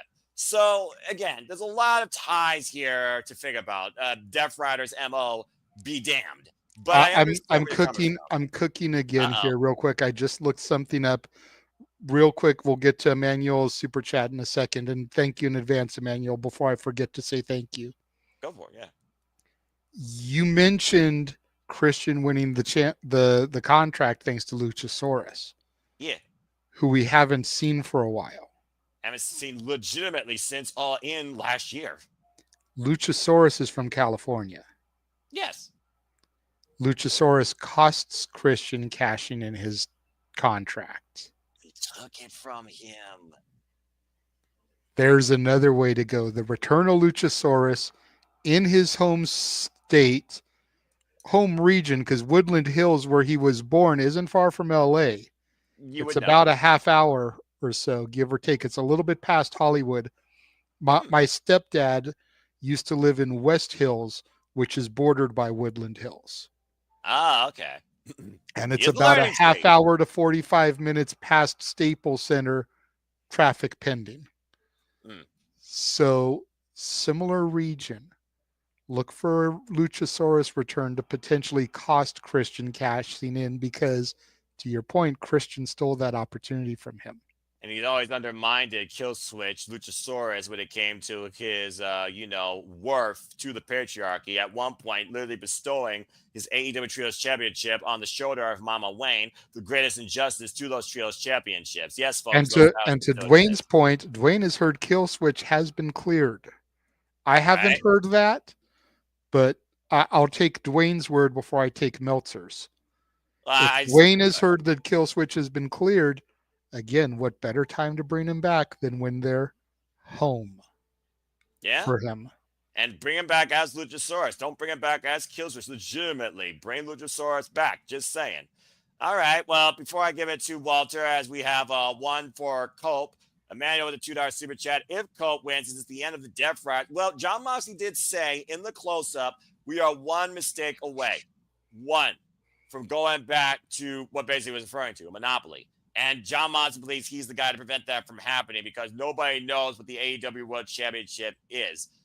And in a way, he's kind of right, especially when you look at the more recent history of the AEW World Championship. Ever since Bryan Danielson won it, why he literally held on to it, he was still a hurt, broken man in the last legacy of his career as John Moxley gave him a Warrior's death. But it's also one of those things right now where at one point we looked at the AEW World Championship picture, we didn't know who needed to hold it, who deserved to hold it, or if there's anyone worthy of holding it. And just tonight, JJ, and you're booking what we talked about, there's 6 to 7 names right now. They're all worthy of being called the AEW World Champion, and some of them have never even held the title. Ospreay, Jay White, just saying. So it is one of those things right now where maybe the Death Riders did what they needed to do. We found a way to move the championship in a more positive direction. Because in case of emergency, break glass. That's what John Moxley is. He's been the most valuable player of AEW since day one. In the darkest times, in the emptiest of times, lest we go back to the year we don't talk about. So, yeah, I think this will be the end of the Death Riders if Cope wins. But the question is John Moxley truly alone? Because in that close-up, he says, I'm cultivating an army. There's more than just us. What does he mean by that? Considering where we're at also in California, there's a certain scapegoat that's also from there that we have not seen high nor tail since losing the TNT Championship last year at Full Gear. And also to, I believe, my friend King's point, FTR have not been alongside Cope, and they're kind of at a crossroads in their career after losing to the Undisputed Kingdom. Roderick Strong, Kyle Riley beat them clean as a whistle that past Saturday on Collision. So where does FTR stand? Do they understand where John Moxley is coming from as well? Does John Moxley still ahead of everybody, even with a night ago that took out Marina Shafir, the most valuable and dangerous Death Rider? Just saying. There's a lot of unknown with this championship match, despite what we're going to see with John Moxley, who's brawling extreme, and Cope, who is, again, the grit veteran, to your point. I mean, hell, if freaking Beth Phoenix shows up because Shafir tries to freaking end freaking Cope, all bets are off. And then you bet your dumb dollar that Mama Wayne and Christian Cage will not get nowhere near those two together. So, again, a lot of special disbelief.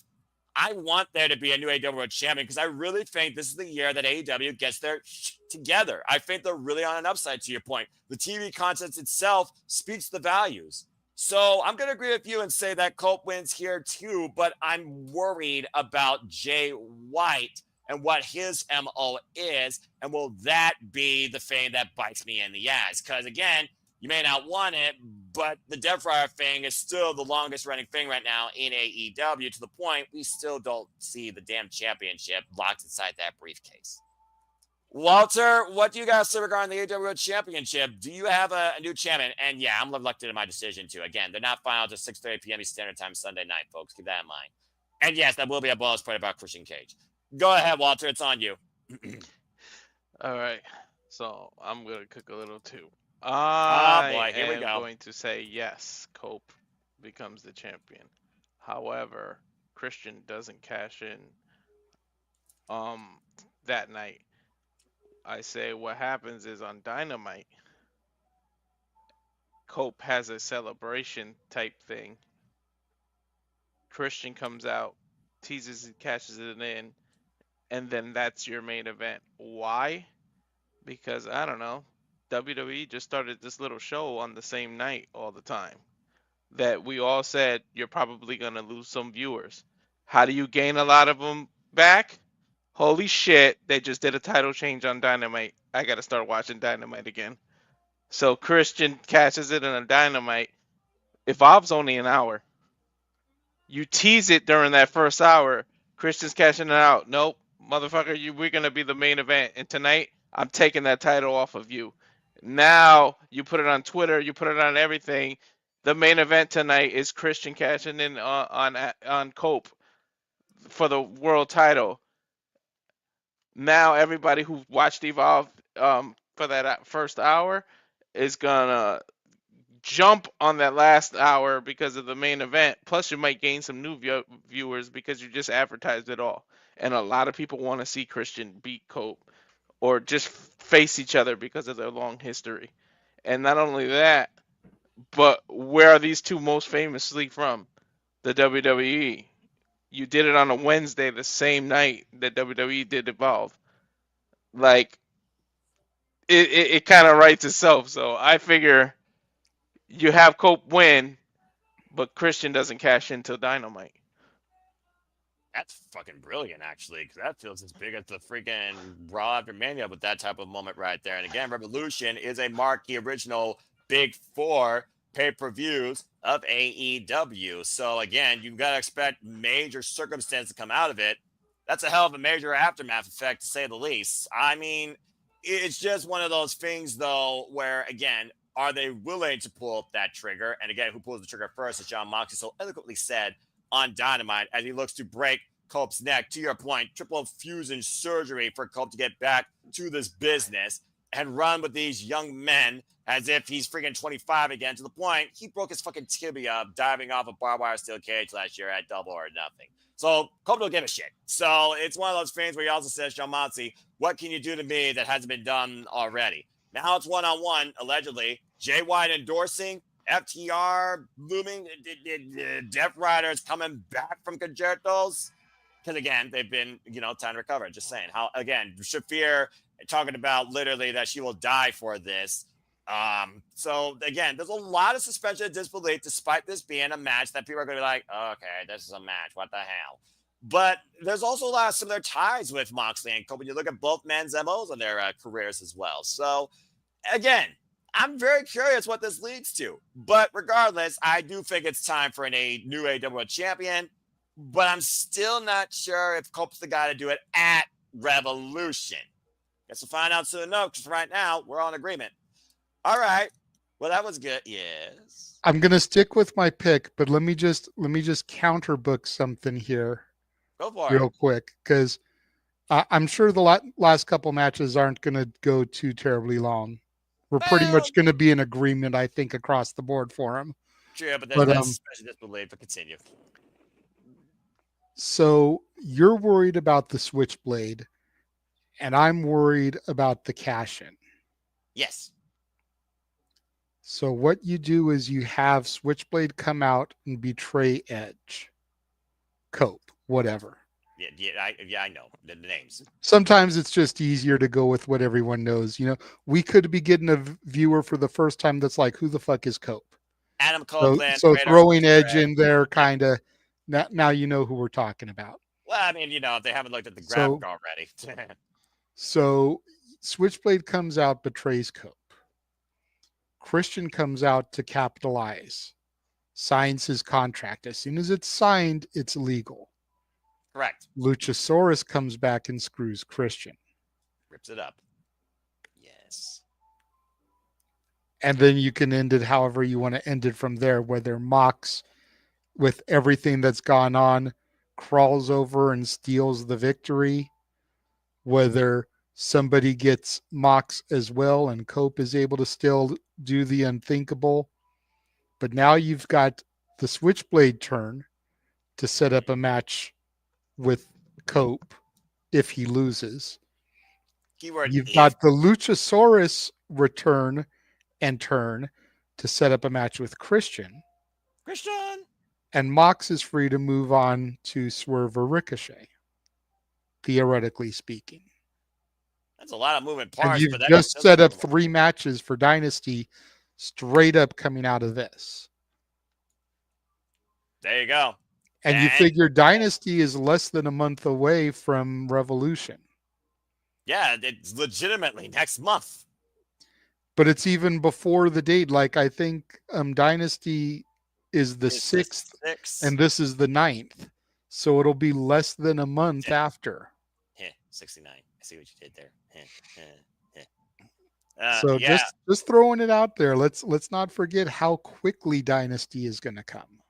Yeah, true that. And again, Dynasty was one of those shows that stood out last year with Bryan Danielson, Will Ospreay, Swerve Strickland creating his Dynasty, winning the AEW World Championship. So again, not too far off. But I definitely think that if not Sunday, the near future, that AEW Championship will be brought back on our screens in someone else's hands. It's just a matter of who and when and how. Who?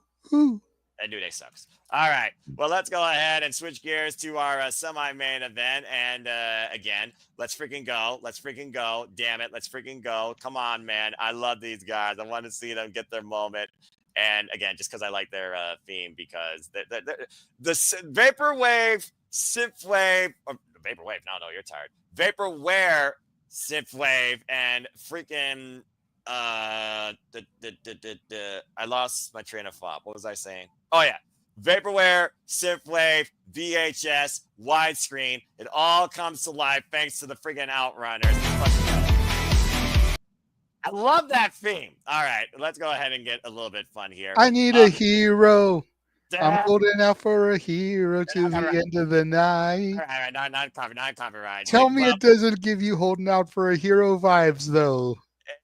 In the beginning, it does, and then they completely swerve with the type of theme. But they gotta be strong, they gotta be fast, and they gotta avoid getting hurt. Let's go ahead and talk about this. Let's have some fun again, shall we? Because here's the match that would be the WTF of the year if the Hurt Syndicate, and for those that don't know, because again, I showed the graphic for a moment because I like the song. Ladies and gentlemen, that is not Photoshop. That is the almighty Bobby Lashley and the gold standard, the center of excellence, Shelton fucking Benjamin, in their near close to 50, the best dressed faction across all professional wrestling, led by MVP, the Hurt Syndicate, defending the AEW World Tag Team Championships against Turbo Floyd, Truth Madam, not Hulk Hogan. That is the Outrunners. Yes, that is the Outrunners. The Outrunners beat the Murder Machines, Brian Cage, Lance Archer, to earn this opportunity. But here's the bad news. The Outrunners beat Brian Cage and Lance Archer to earn this opportunity because they hurt people after a clinic brought forward by Bobby Lashley and Shelton Benjamin beating Private Party on Dynamite, and Bobby Lashley being a tag champion for the first time in his illustrious career. These guys are going to hold this friggin' tag division hostage, as far as I'm concerned, until somebody not only talks business, but surpasses their business. But the Outrunners, who of course been working at this now for 22 years, you son of a bitch, finally getting their big moment on the grand stage, the People's Choice in AEW. Big moment for them. And I'm sure they're going to give us quite an effort, but legitimately, they're not losing. The Hurt Syndicate, they're not losing. James, nope, quote unquote. But I am curious to see, outside the Murder Machines, which clearly is going to be set up at this point. I mean, let's be honest here. Can anyone actually beat the Hurt Syndicate that is noteworthy to be called AEW Tag Team Champions? At one point, I thought FTR could be the guys, but FTR right now, they can't even beat the Undisputed Kingdom. Kyle O'Reilly, Roderick Strong, former Ring of Honor and NXT, my NXT Tag Team Champions. I don't think there needs to be much talk here, but unless you want to try and throw out future challengers, go for it. The Hurt Syndicate retains, and they hurt the Outrunners. Does anyone have anything else to say? Chat, go for it. Nobody? Going once? Going twice? Okay, good deal. Outrunners are going to die. Oh, well, okay, the youngest man of the century. They'll turn back time, and they'll come back to life. They'll get the time capsule, all right? They don't have the DeLorean. Sorry, Jeff. He'll be there live. I love the fact that Jeff's going to be there live for an Outrunners match. He legitimately lost his shit the first time he saw these guys. Talk about the Freebirds rule with that lady, Erica Lee, going doot. Erica Lee has not been with the Outrunners for quite a while, actually. She could be a great third to help them in this case to try and counterpoint MVP. And again, Turbo Floyd, Truth Magnum, these guys are so fucking hilarious. But they need a hospital. That's what's gonna happen at the end. How close the nearest hospital to the Staples Center? Not too far away. USC isn't that far. All right. I again, AEW, they just sometimes like to have fun. And come on, JJ, even you can admit this is going to be a lot more fun than this. Yes, without question. But the Outrunners are going to die. They'll come back to life. All right. The freaking time after time. Cyndi Lauper. There's another. They will spontaneously combust as the Hurt Syndicate is just making their entrance. Spontaneously combust. Oh gosh. What were you gonna say, Walter? Not that I was just laughing at what JJ said. Okay. Uh, I'm hurting. All right. But we've had a lot of fun. We've had a lot of talk, a lot of fancy Hurt booking. Syndicate's going to bring the boom The to them. legitimate. You know what? That's how you use Big Boom AJ. Ah, He here we go. has a very similar personality to the Outrunners. Let him be their manager. What? Don't put him in the ring, but use him as their manager with his social media pull and the Costco guys' reach and using the Outrunners. I'm being dead ass serious. This is how you use him. He has a very similar personality. Mm, he doesn't wear a Think fanny pack. about it. I mean, there's Let a little bit How there. do He you does. know? How do you know he doesn't wear a fanny pack while he's going through Costco? Got to have somewhere to keep the membership card, right? wow. I, I suppose. Let let To let stuff the Choco Chunk cookies. let There we his go again. boom let his boom become like Ron Simmons' damn. Like every now and then he Yes, ruins a segment and just goes boom. Like Oh my gosh, they're gonna get a shirt that says "Boom" on it now in freaking colorful letters. I think at this point, just like the Costco old font. Batman TV series with the Oh pow, God. kablamo, just the big old boom in like a comic book graphic thought bubble. I'm just saying, I'm just saying, I'm not trying to kill your favorite tag team right now. You sure you're not? I swear to God, I'm not. I'm being 100% dead ass serious here. Okay. Well, we are in Tinseltown, so again, you're filming quite something that is gonna be worthy of me saying. Something. Damn you, did the wrong color. Fuck television, but again, I couldn't scream it because my woman is asleep, but uh, had to get uh, the shit. I mean, I admire, I respect it. All right, well, a lot of fun, a lot of humor, a lot of entertainment, a lot of fancy booking, but legitimately, the spotlight is going to shine on the best story across all women's wrestling. When I believe these two should be my main event, damn well will be. May not be the closer, but this is an ending, a definitive ending. Damn it! Let's go ahead and talk about the glamour. Mariah May versus Timeless Tony Storm 3 for the AEW Women's World Championship. The Hollywood ending. The story that started when the woman from hell became known beating Timeless Tony Storm with a shoe and then some. And of course, becoming the AEW Women's World Champion last year, saying that she did it better, becoming everything that Timeless Tony Storm maybe wanted her to be. Of course, Timeless Tony Storm, she gave the performance of a lifetime and was able to make a comeback down under in Australia at Grand Slam. But Mariah May has become unhinged to not only steal the spotlight, but write an ending in Timeless Tony Storm's blood. That sit down with Renee Paquette summed it up perfectly with the very last thing said face to face with those two women.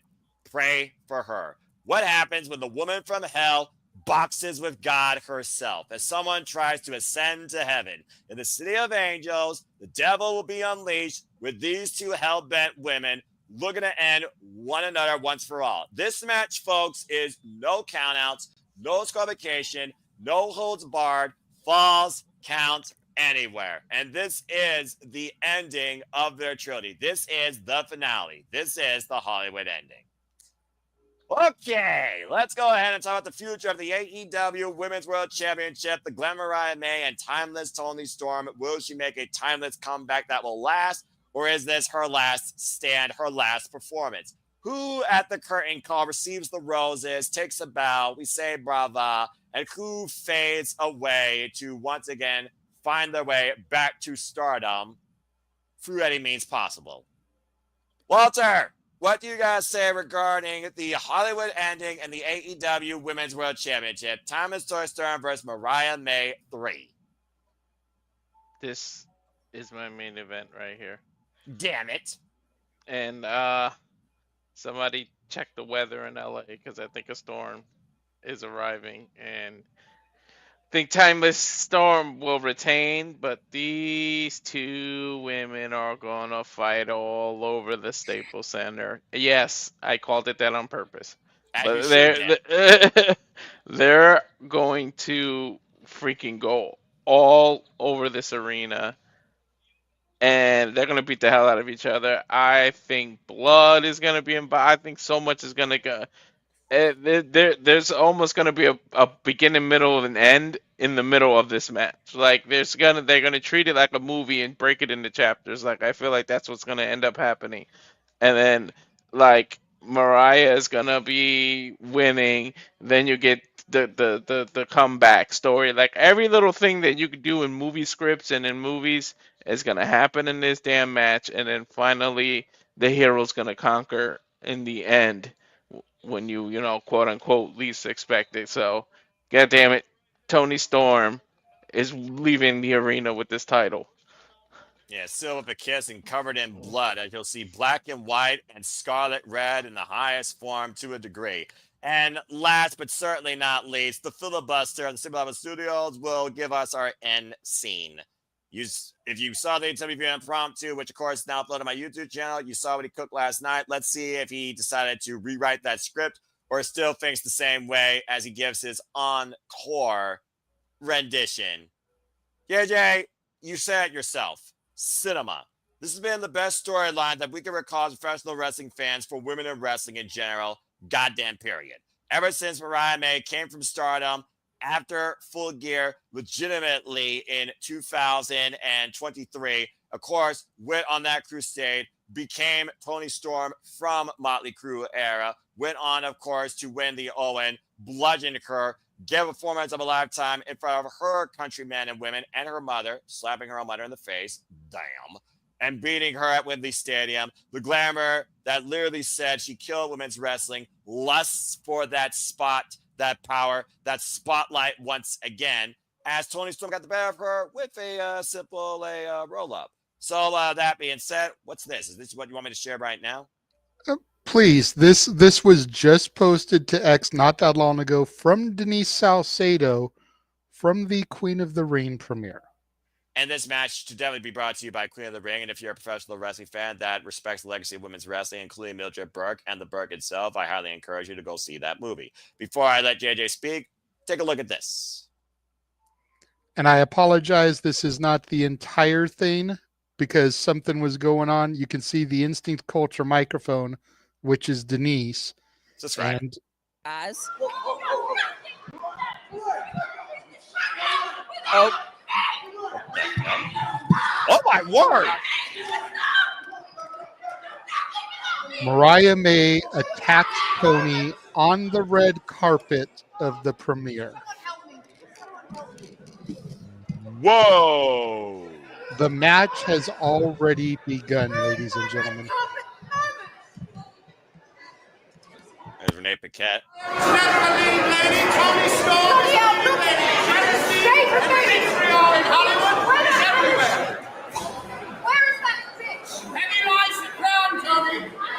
Look at the state of me.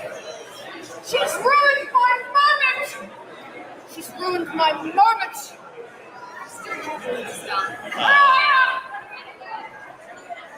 This is terribly embarrassing, I'm so sorry. Terribly embarrassing. This is embarrassing.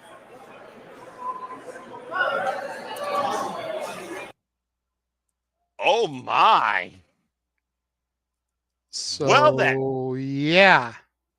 JJ. So while I am going to rewrite my booking slightly, because when I watched things back yesterday, I realized they said falls count anywhere in the arena, not falls count anywhere. So we can't have them brawling on Hollywood Boulevard at Grauman's Chinese Theater like I wanted. Damn it! I told you. But continue. They were just brawling at the premiere in fucking Hollywood. God damn it. So they heard part of my fucking shit, and it hasn't even made air yet. And might I add, that wasn't wrestling gear, folks. That was literally on the fucking red carpet, dressed to the nines. Both women were. Continue. So, God damn it. RJ City can get the fuck out of my brain right now.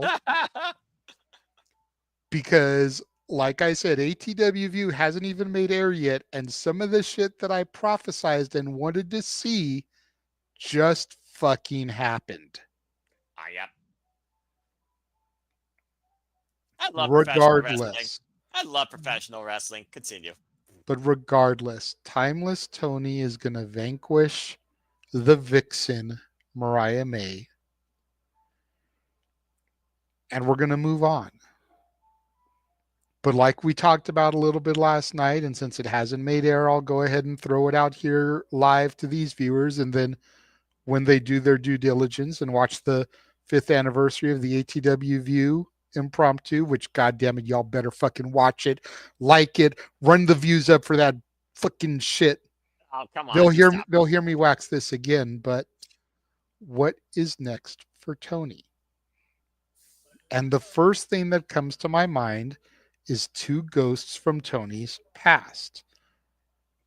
Saraya and Ruby Soho. Rumor is that Saraya is done once her contract is over. And it's ending some point this year. Right. Ruby, I could see staying around a little bit longer. She just had a baby. Cool Hand Ange. He's still with the company. I feel they're going to stick around. Yeah. So do Saraya a little bit of a throwaway and then move on to Ruby. Because we don't know if she's back in ring shape yet after giving birth. We don't know if postpartum depression is kicking her ass, which is a very real thing for new mothers. So let's run something with Saraya and then move on to Ruby and have her go through the outcasts en route to whatever is next for Tony. Because I don't believe she's faced either of them since converting to Timeless. She faced Saraya last year prior to Wembley Stadium defending the title against Saraya in the UK. She did. Okay. But she hasn't faced Ruby since becoming Timeless. Correct. So there you go right there. But either way, you have Timeless Tony Storm being the one at the end of the curtain call, still She the has number to. champion, bloody and bludgeon. She has to. I mean, and especially if you go with the philosophy of whoever has the advantage, Mariah May just attacked her on the red carpet. Tony's going to be out for blood. Like he was adorned in all white, and Mariah May was in a stunning red gown, the woman from hell. Oh, again, Mariah May, such an upside for the glamour. An athlete of statuesque, beautiful magnitude under 30. And really quickly, while we're on the topic of the premiere, I do have this other image to share. While one thing is keeping a storyline, here's these 2 breaking kayfabe. Look at that. And for those that don't know, that is Harley Cameron. And you might know her as what Walt described earlier. But that also happens to be the woman that she's trained with to be as good as she's been in the ring, both respectfully. So, yeah, that's Mercedes Moné, folks. The artist formerly known as Sasha Banks, for those that may not follow AEW. Yes, exactly. And Harley Cameron is Harley Cameron. Feel her wrath. Or her finishing move. The finishing. Of course, my comment on the photo was, where's Minnie Monet? Because I'd love to see Minnie Monet in a matching outfit with Harley. I have Minnie Monet screaming right now, considering that she's not there. But anyway, beautiful photo. Again, Harley Cameron dressed in the 9s. Such a gem. I'm not a Mercedes fan, but she does look quite elegant in that outfit. So I will give her some kudos there. And kudos to everybody that's been involved in the Queen of the Ring premiere, dressed into the 9s and respecting the legacy of Mildred Burke, that, of course, was a trailblazer for women's wrestling under so many different facets during a time that was so hard for women in general that were not even part honored or mentioned in the business. So, again, there's a lot of history there. And, you know, I may have been fucking goofing around last night when I said that shit about fighting on Hollywood Boulevard. But, like, if they are literally at the premiere right now in Hollywood, there's no reason they can't get some B-roll footage and be like, you know, the attack transpired here and it carried its way out to up the Walk of Fame, blah, blah, blah. Like, there's no reason why they can't insert that footage like during Collision tomorrow to really kind of help sell things going into this Falls Count Anywhere Hollywood ending. Like, let's fucking go, people. I feared that the backstage area where they do interviews, that white screen or there's a green screen somewhere. I sense a lot of destruction with those two. Just saying. But yeah. Either way, this is my main event. This is so far going to be my women's match of the year. This is my storyline of the wrestling business for women's wrestling. Thank you, Mariah May and Timeless Tony Storm, and to the future they double Women's World Championship, Tony Khan. Honor your women's division better on Dynamite like you do on Collision. Because between Megan Bain, the queen of the ring from Wednesday night, for being legitimately honest, the God is she something. Chris Statlander, Thunder Rosa, Penelope Ford, who's been on the rise, Julia Hart, Queen Aminata, Sky Blue once she returns, and you know she's going to go after Mariah May, who embarrassed her in Chicago, by the way, why she wasn't cleared. Willow Nightingale. I was going to say, you better say my girl, damn it. Taking forever to get to Willow. Well, Willow Nightingale faced Mariah May last year at Wrestle Dream, and Willow was the one that brained Marina Shafir with the freaking concerto. Of course I was going to mention her. You're fucking kidding me? I think I cover about everybody that's been mainstream across AEW TV, not saying Ring of Honor, not saying Athena, Red Velvet, Legit Later Hirsch, Lady Frost. Layla Hirsch's contract is up. She's leaving BT Dub. Yep, and again, I wish her all the best. Her grind is Thunder Rosa, Penelope Ford, Gianna Perrazzo, the virtuosa. Long may she fucking reign. It's phenomenal in that green. Put some spect on that name, god damn it. Yeah, goddamn y'all better. There was one other name, Anna Jay, of course, who had that great trilogy with the Glamour, Mariah May. So again, so much tremendous upside to the AEW women's division when it comes to potential and the dynamics of power, beauty, athleticism, potential, and prior to that hungry go-to attitude that the Glamour May took herself, that made her the most hardest working woman the later half of last year, if not the whole year of AEW last year. So again, a lot of potential in the future of the women's division of AEW, but it all comes down to how we close the book on the Glamour and Timeless Tony Storm. Sunday can't come soon enough. But as somebody who literally endorsed Mariah May, saw her rise, saw and called her a moment, and this has been one of the greatest trilogies I'm going to get to call my wrestling fandom. So thank you all again, and thank you, AEW. I gotta agree with you because, again, I think Grand Slam legitimately was a fluke. And I think that's why Mariah May said that she did better. And this is why Toni Storm wants this ending. She's the one that called it out in the first place with her acceptance speech on Dynamite after she won the damn championship. Why Mariah May says you never knew how to write an ending and has gone completely unhinged considering she's no longer the headliner. Well, now she's in that spotlight once again, and they're stars together for the last time for quite a while, we're being perfectly honest. But the absolute unhinged, unraveling nature of Mariah May and the stoic, stern, straightforward to the point attitude of Timeless Toni Storm shows the dynamics right there, what's going into this match. And then you showed me that. But yeah, I got to go with Timeless Toni Storm concluding this incredible trilogy for the ages and holding on to the AEW Women's World Championship. I think with that being said, I think we've covered everything. So I think with that, JJ, brava, and back to full color. Overall, folks, that's AEW Revolution. So again, what is your thoughts, your overall predictions? What's your main event? What are you looking forward to the most? How do you see the Hollywood ending being literally created? And how does it all go down in the city of angels where devils can also come out on the rise, where stars are born and stars also die? Let your predictions be known in the chat as we get to the ending bit here with our shows. And again, thank you all for tuning in to the quickest, but very entertaining, simply put, Simply Predicting I've done in a long time. Let's go ahead and wrap this thing up in usual fashion as we like to do. Again, JJ, always a pleasure. You're the filibuster. I think legitimately just because of this match, I might bring back the Simple Take just one time because I cannot wait to see what happens with this match particularly. But so much sense of disbelief on the future of AEW out of this preview too. We'll talk more about the Simple Take return again later. But in the meantime, we got a hell of a stream watch along streams coming up. But where can people connect to find you? You can find me on Instagram, the Renegade JJ Williams, X and Blue Sky, Casa D18 Studio. You've got me on YouTube, Casa D18 Studios, ROWJJ Williams there.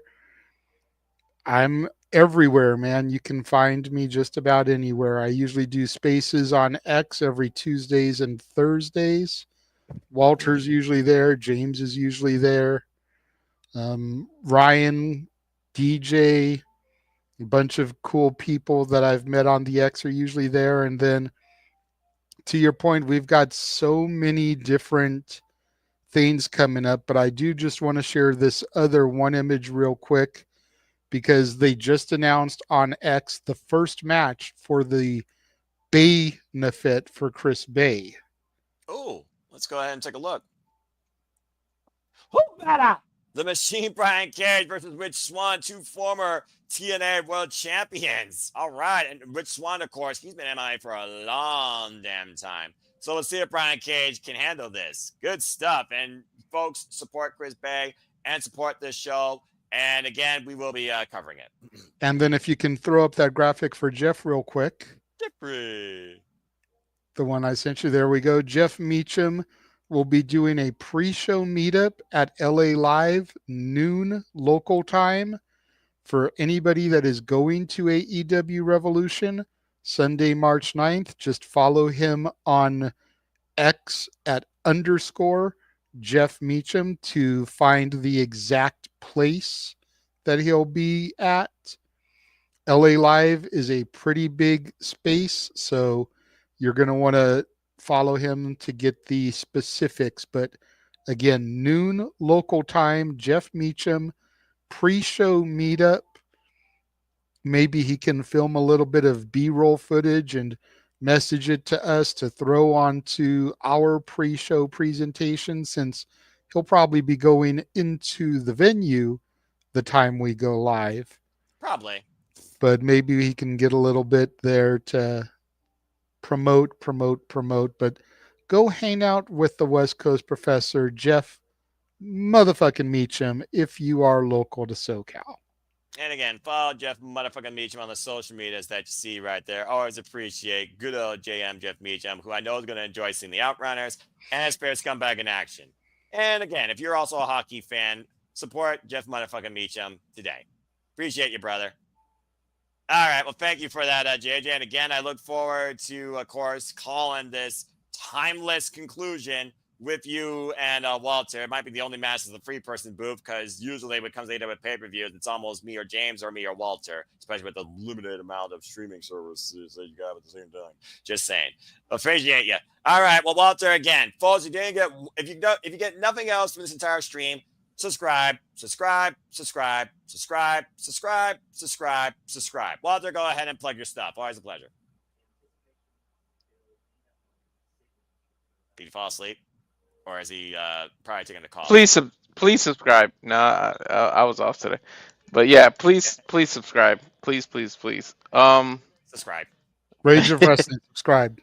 Yeah, Rage of Wrestling on the YouTube channel. SRS on 1983 on Twitch.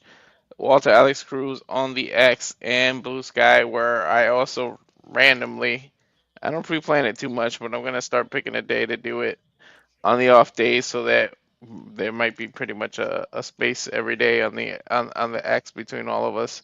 Good. So because it's something new and it's been working. Like it's fun. I had a impromptu one today and it like had a crazy turnout. So yesterday, sorry, damn. Time loses us all. Continue. Yeah. I would say just try to make Wednesday your day, because I usually do Tuesday and Thursday. DJ usually does Friday and Sunday. So either do Monday, Wednesday, make it one of those days. Yeah, I'm thinking Wednesday, because that seems to what works out. But yeah, just follow us and of course, word of the month. Subscribe. Always. He's at 109 right now. He only needs 91 to hit that 200 marker, and his wife sends him to Nolans next year for WrestleMania for a month, and he gets to bring one of us from the Simply Reliable Studios with us. So I'm just saying, I mean, whether it's James and Walter and Nolans, whether it's Noah in the Big Easy, it's gonna be me or whoever it is, but somebody's going with Walter. So he only needs 91 more subscribers. It's not that far away. The way we've been running, maybe we can get there by Mania. Exactly. And just this Saturday, tune in if you're a big MMA person. We're doing the watch along of UFC. So just the content is getting pumped out. Yeah, Yeah, for real. right. Like we've got so many watch alongs this coming week. It's crazy. UFC Saturday with James and Walter. Ding, Revolution Sunday with Noah, James, and Walter, because unfortunately ding. I gotta work. Ah, Monday, Raw at the Garden with me, Walter, and Noah. ding, Tuesday, NXT Roadblock with Noah and Walter for sure. Me if I can find a link. ding. Thursday, we're probably going to do Impact again with the announcement of Laredo Kid versus Wesley and Cora Jade teaming with Tessa Blanchard to take on, I think it's Masha and Rosemary. Or no, it's Whoa. it's the former Zia Lee, forgive me, and Laylee Lee. Masha. Yes. Laylee Lee. I got you. Ding, Then you've got Sacrifice on Friday the 14th, ding, House of Glory Saturday the 15th ahead of 90s karaoke night. ding. And then Statboy is doing Selection Sunday on Sunday the 16th, where they're going to announce the brackets for March Madness. So Wednesday next week is the only day we don't have a watch along.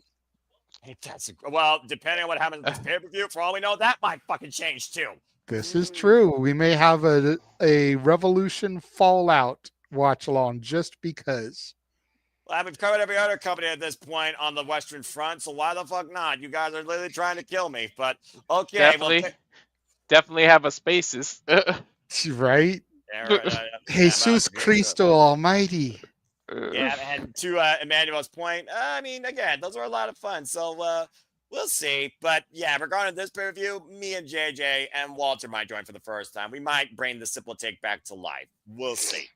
All right. Well, what you should do is, if you can twerk it out, have it be you and Jeff on the Simple Take, since he will have been there live and can give the live input, and you I like that. The via satellite input.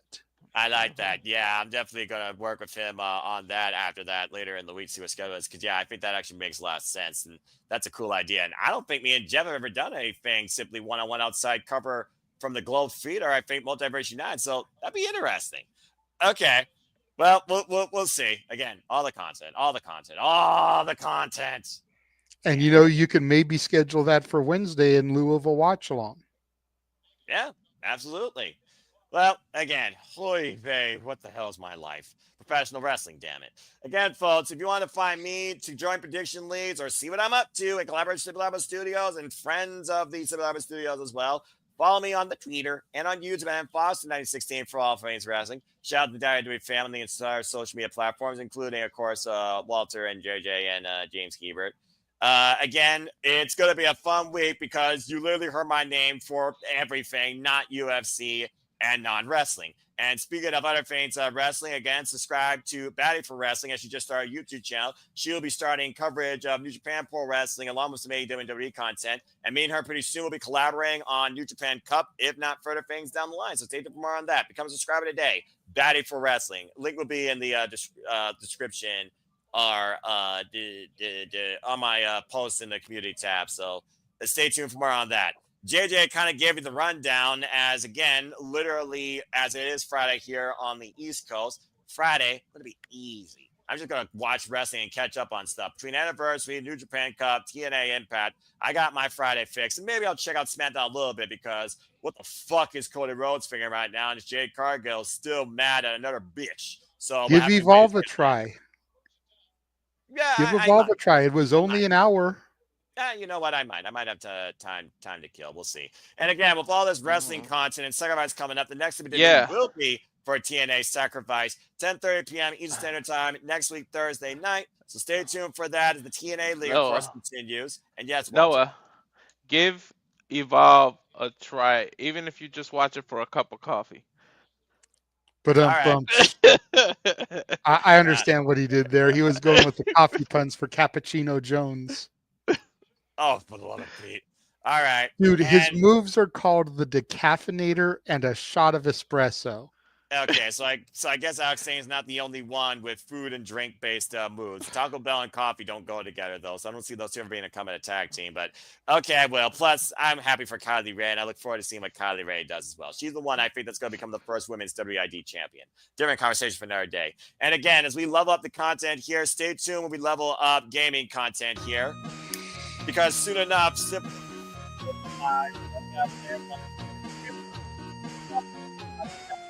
games on PlayStation and might invite some of you. So stay tuned for more on that.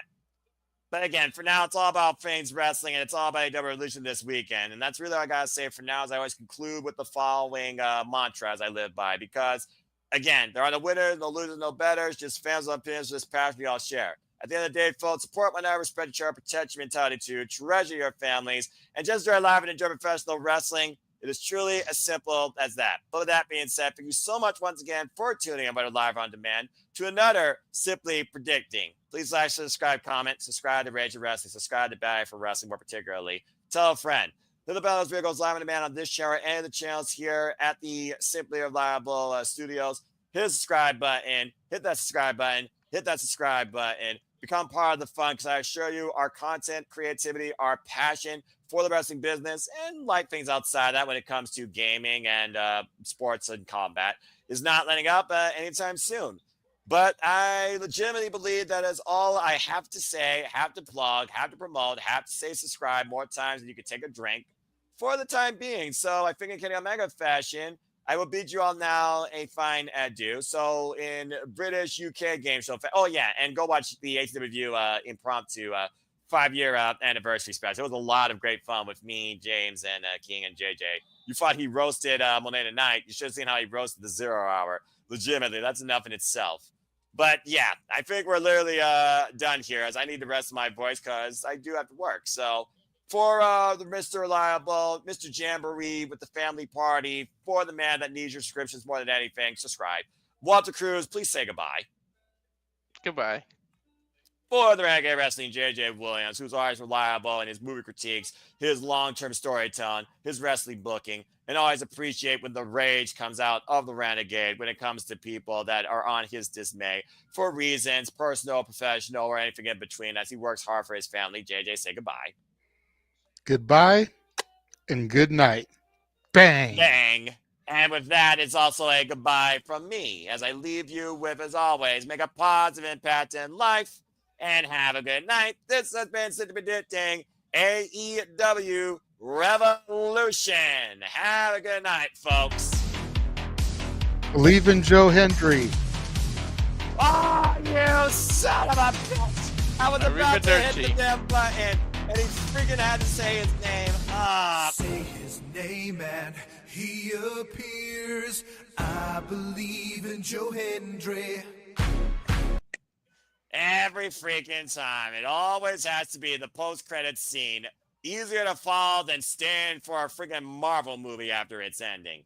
If you know, you freaking know, as I was once a wee lad and did see Iron Man 1 and 2. All right, I'm hitting the button. Have a good night, folks. This has been the Simply Predicting AEW Revolution. Bye, guys. He's not the learning tree, but God bless it. Do I learn enough from these crazy yahoos? And I guess they learn enough from me. All right. Enough. From Roland Chase University. It's dead. I told you it's dead. Stop. Sayonara. That's dead. It's dead. Damn it. Aloha.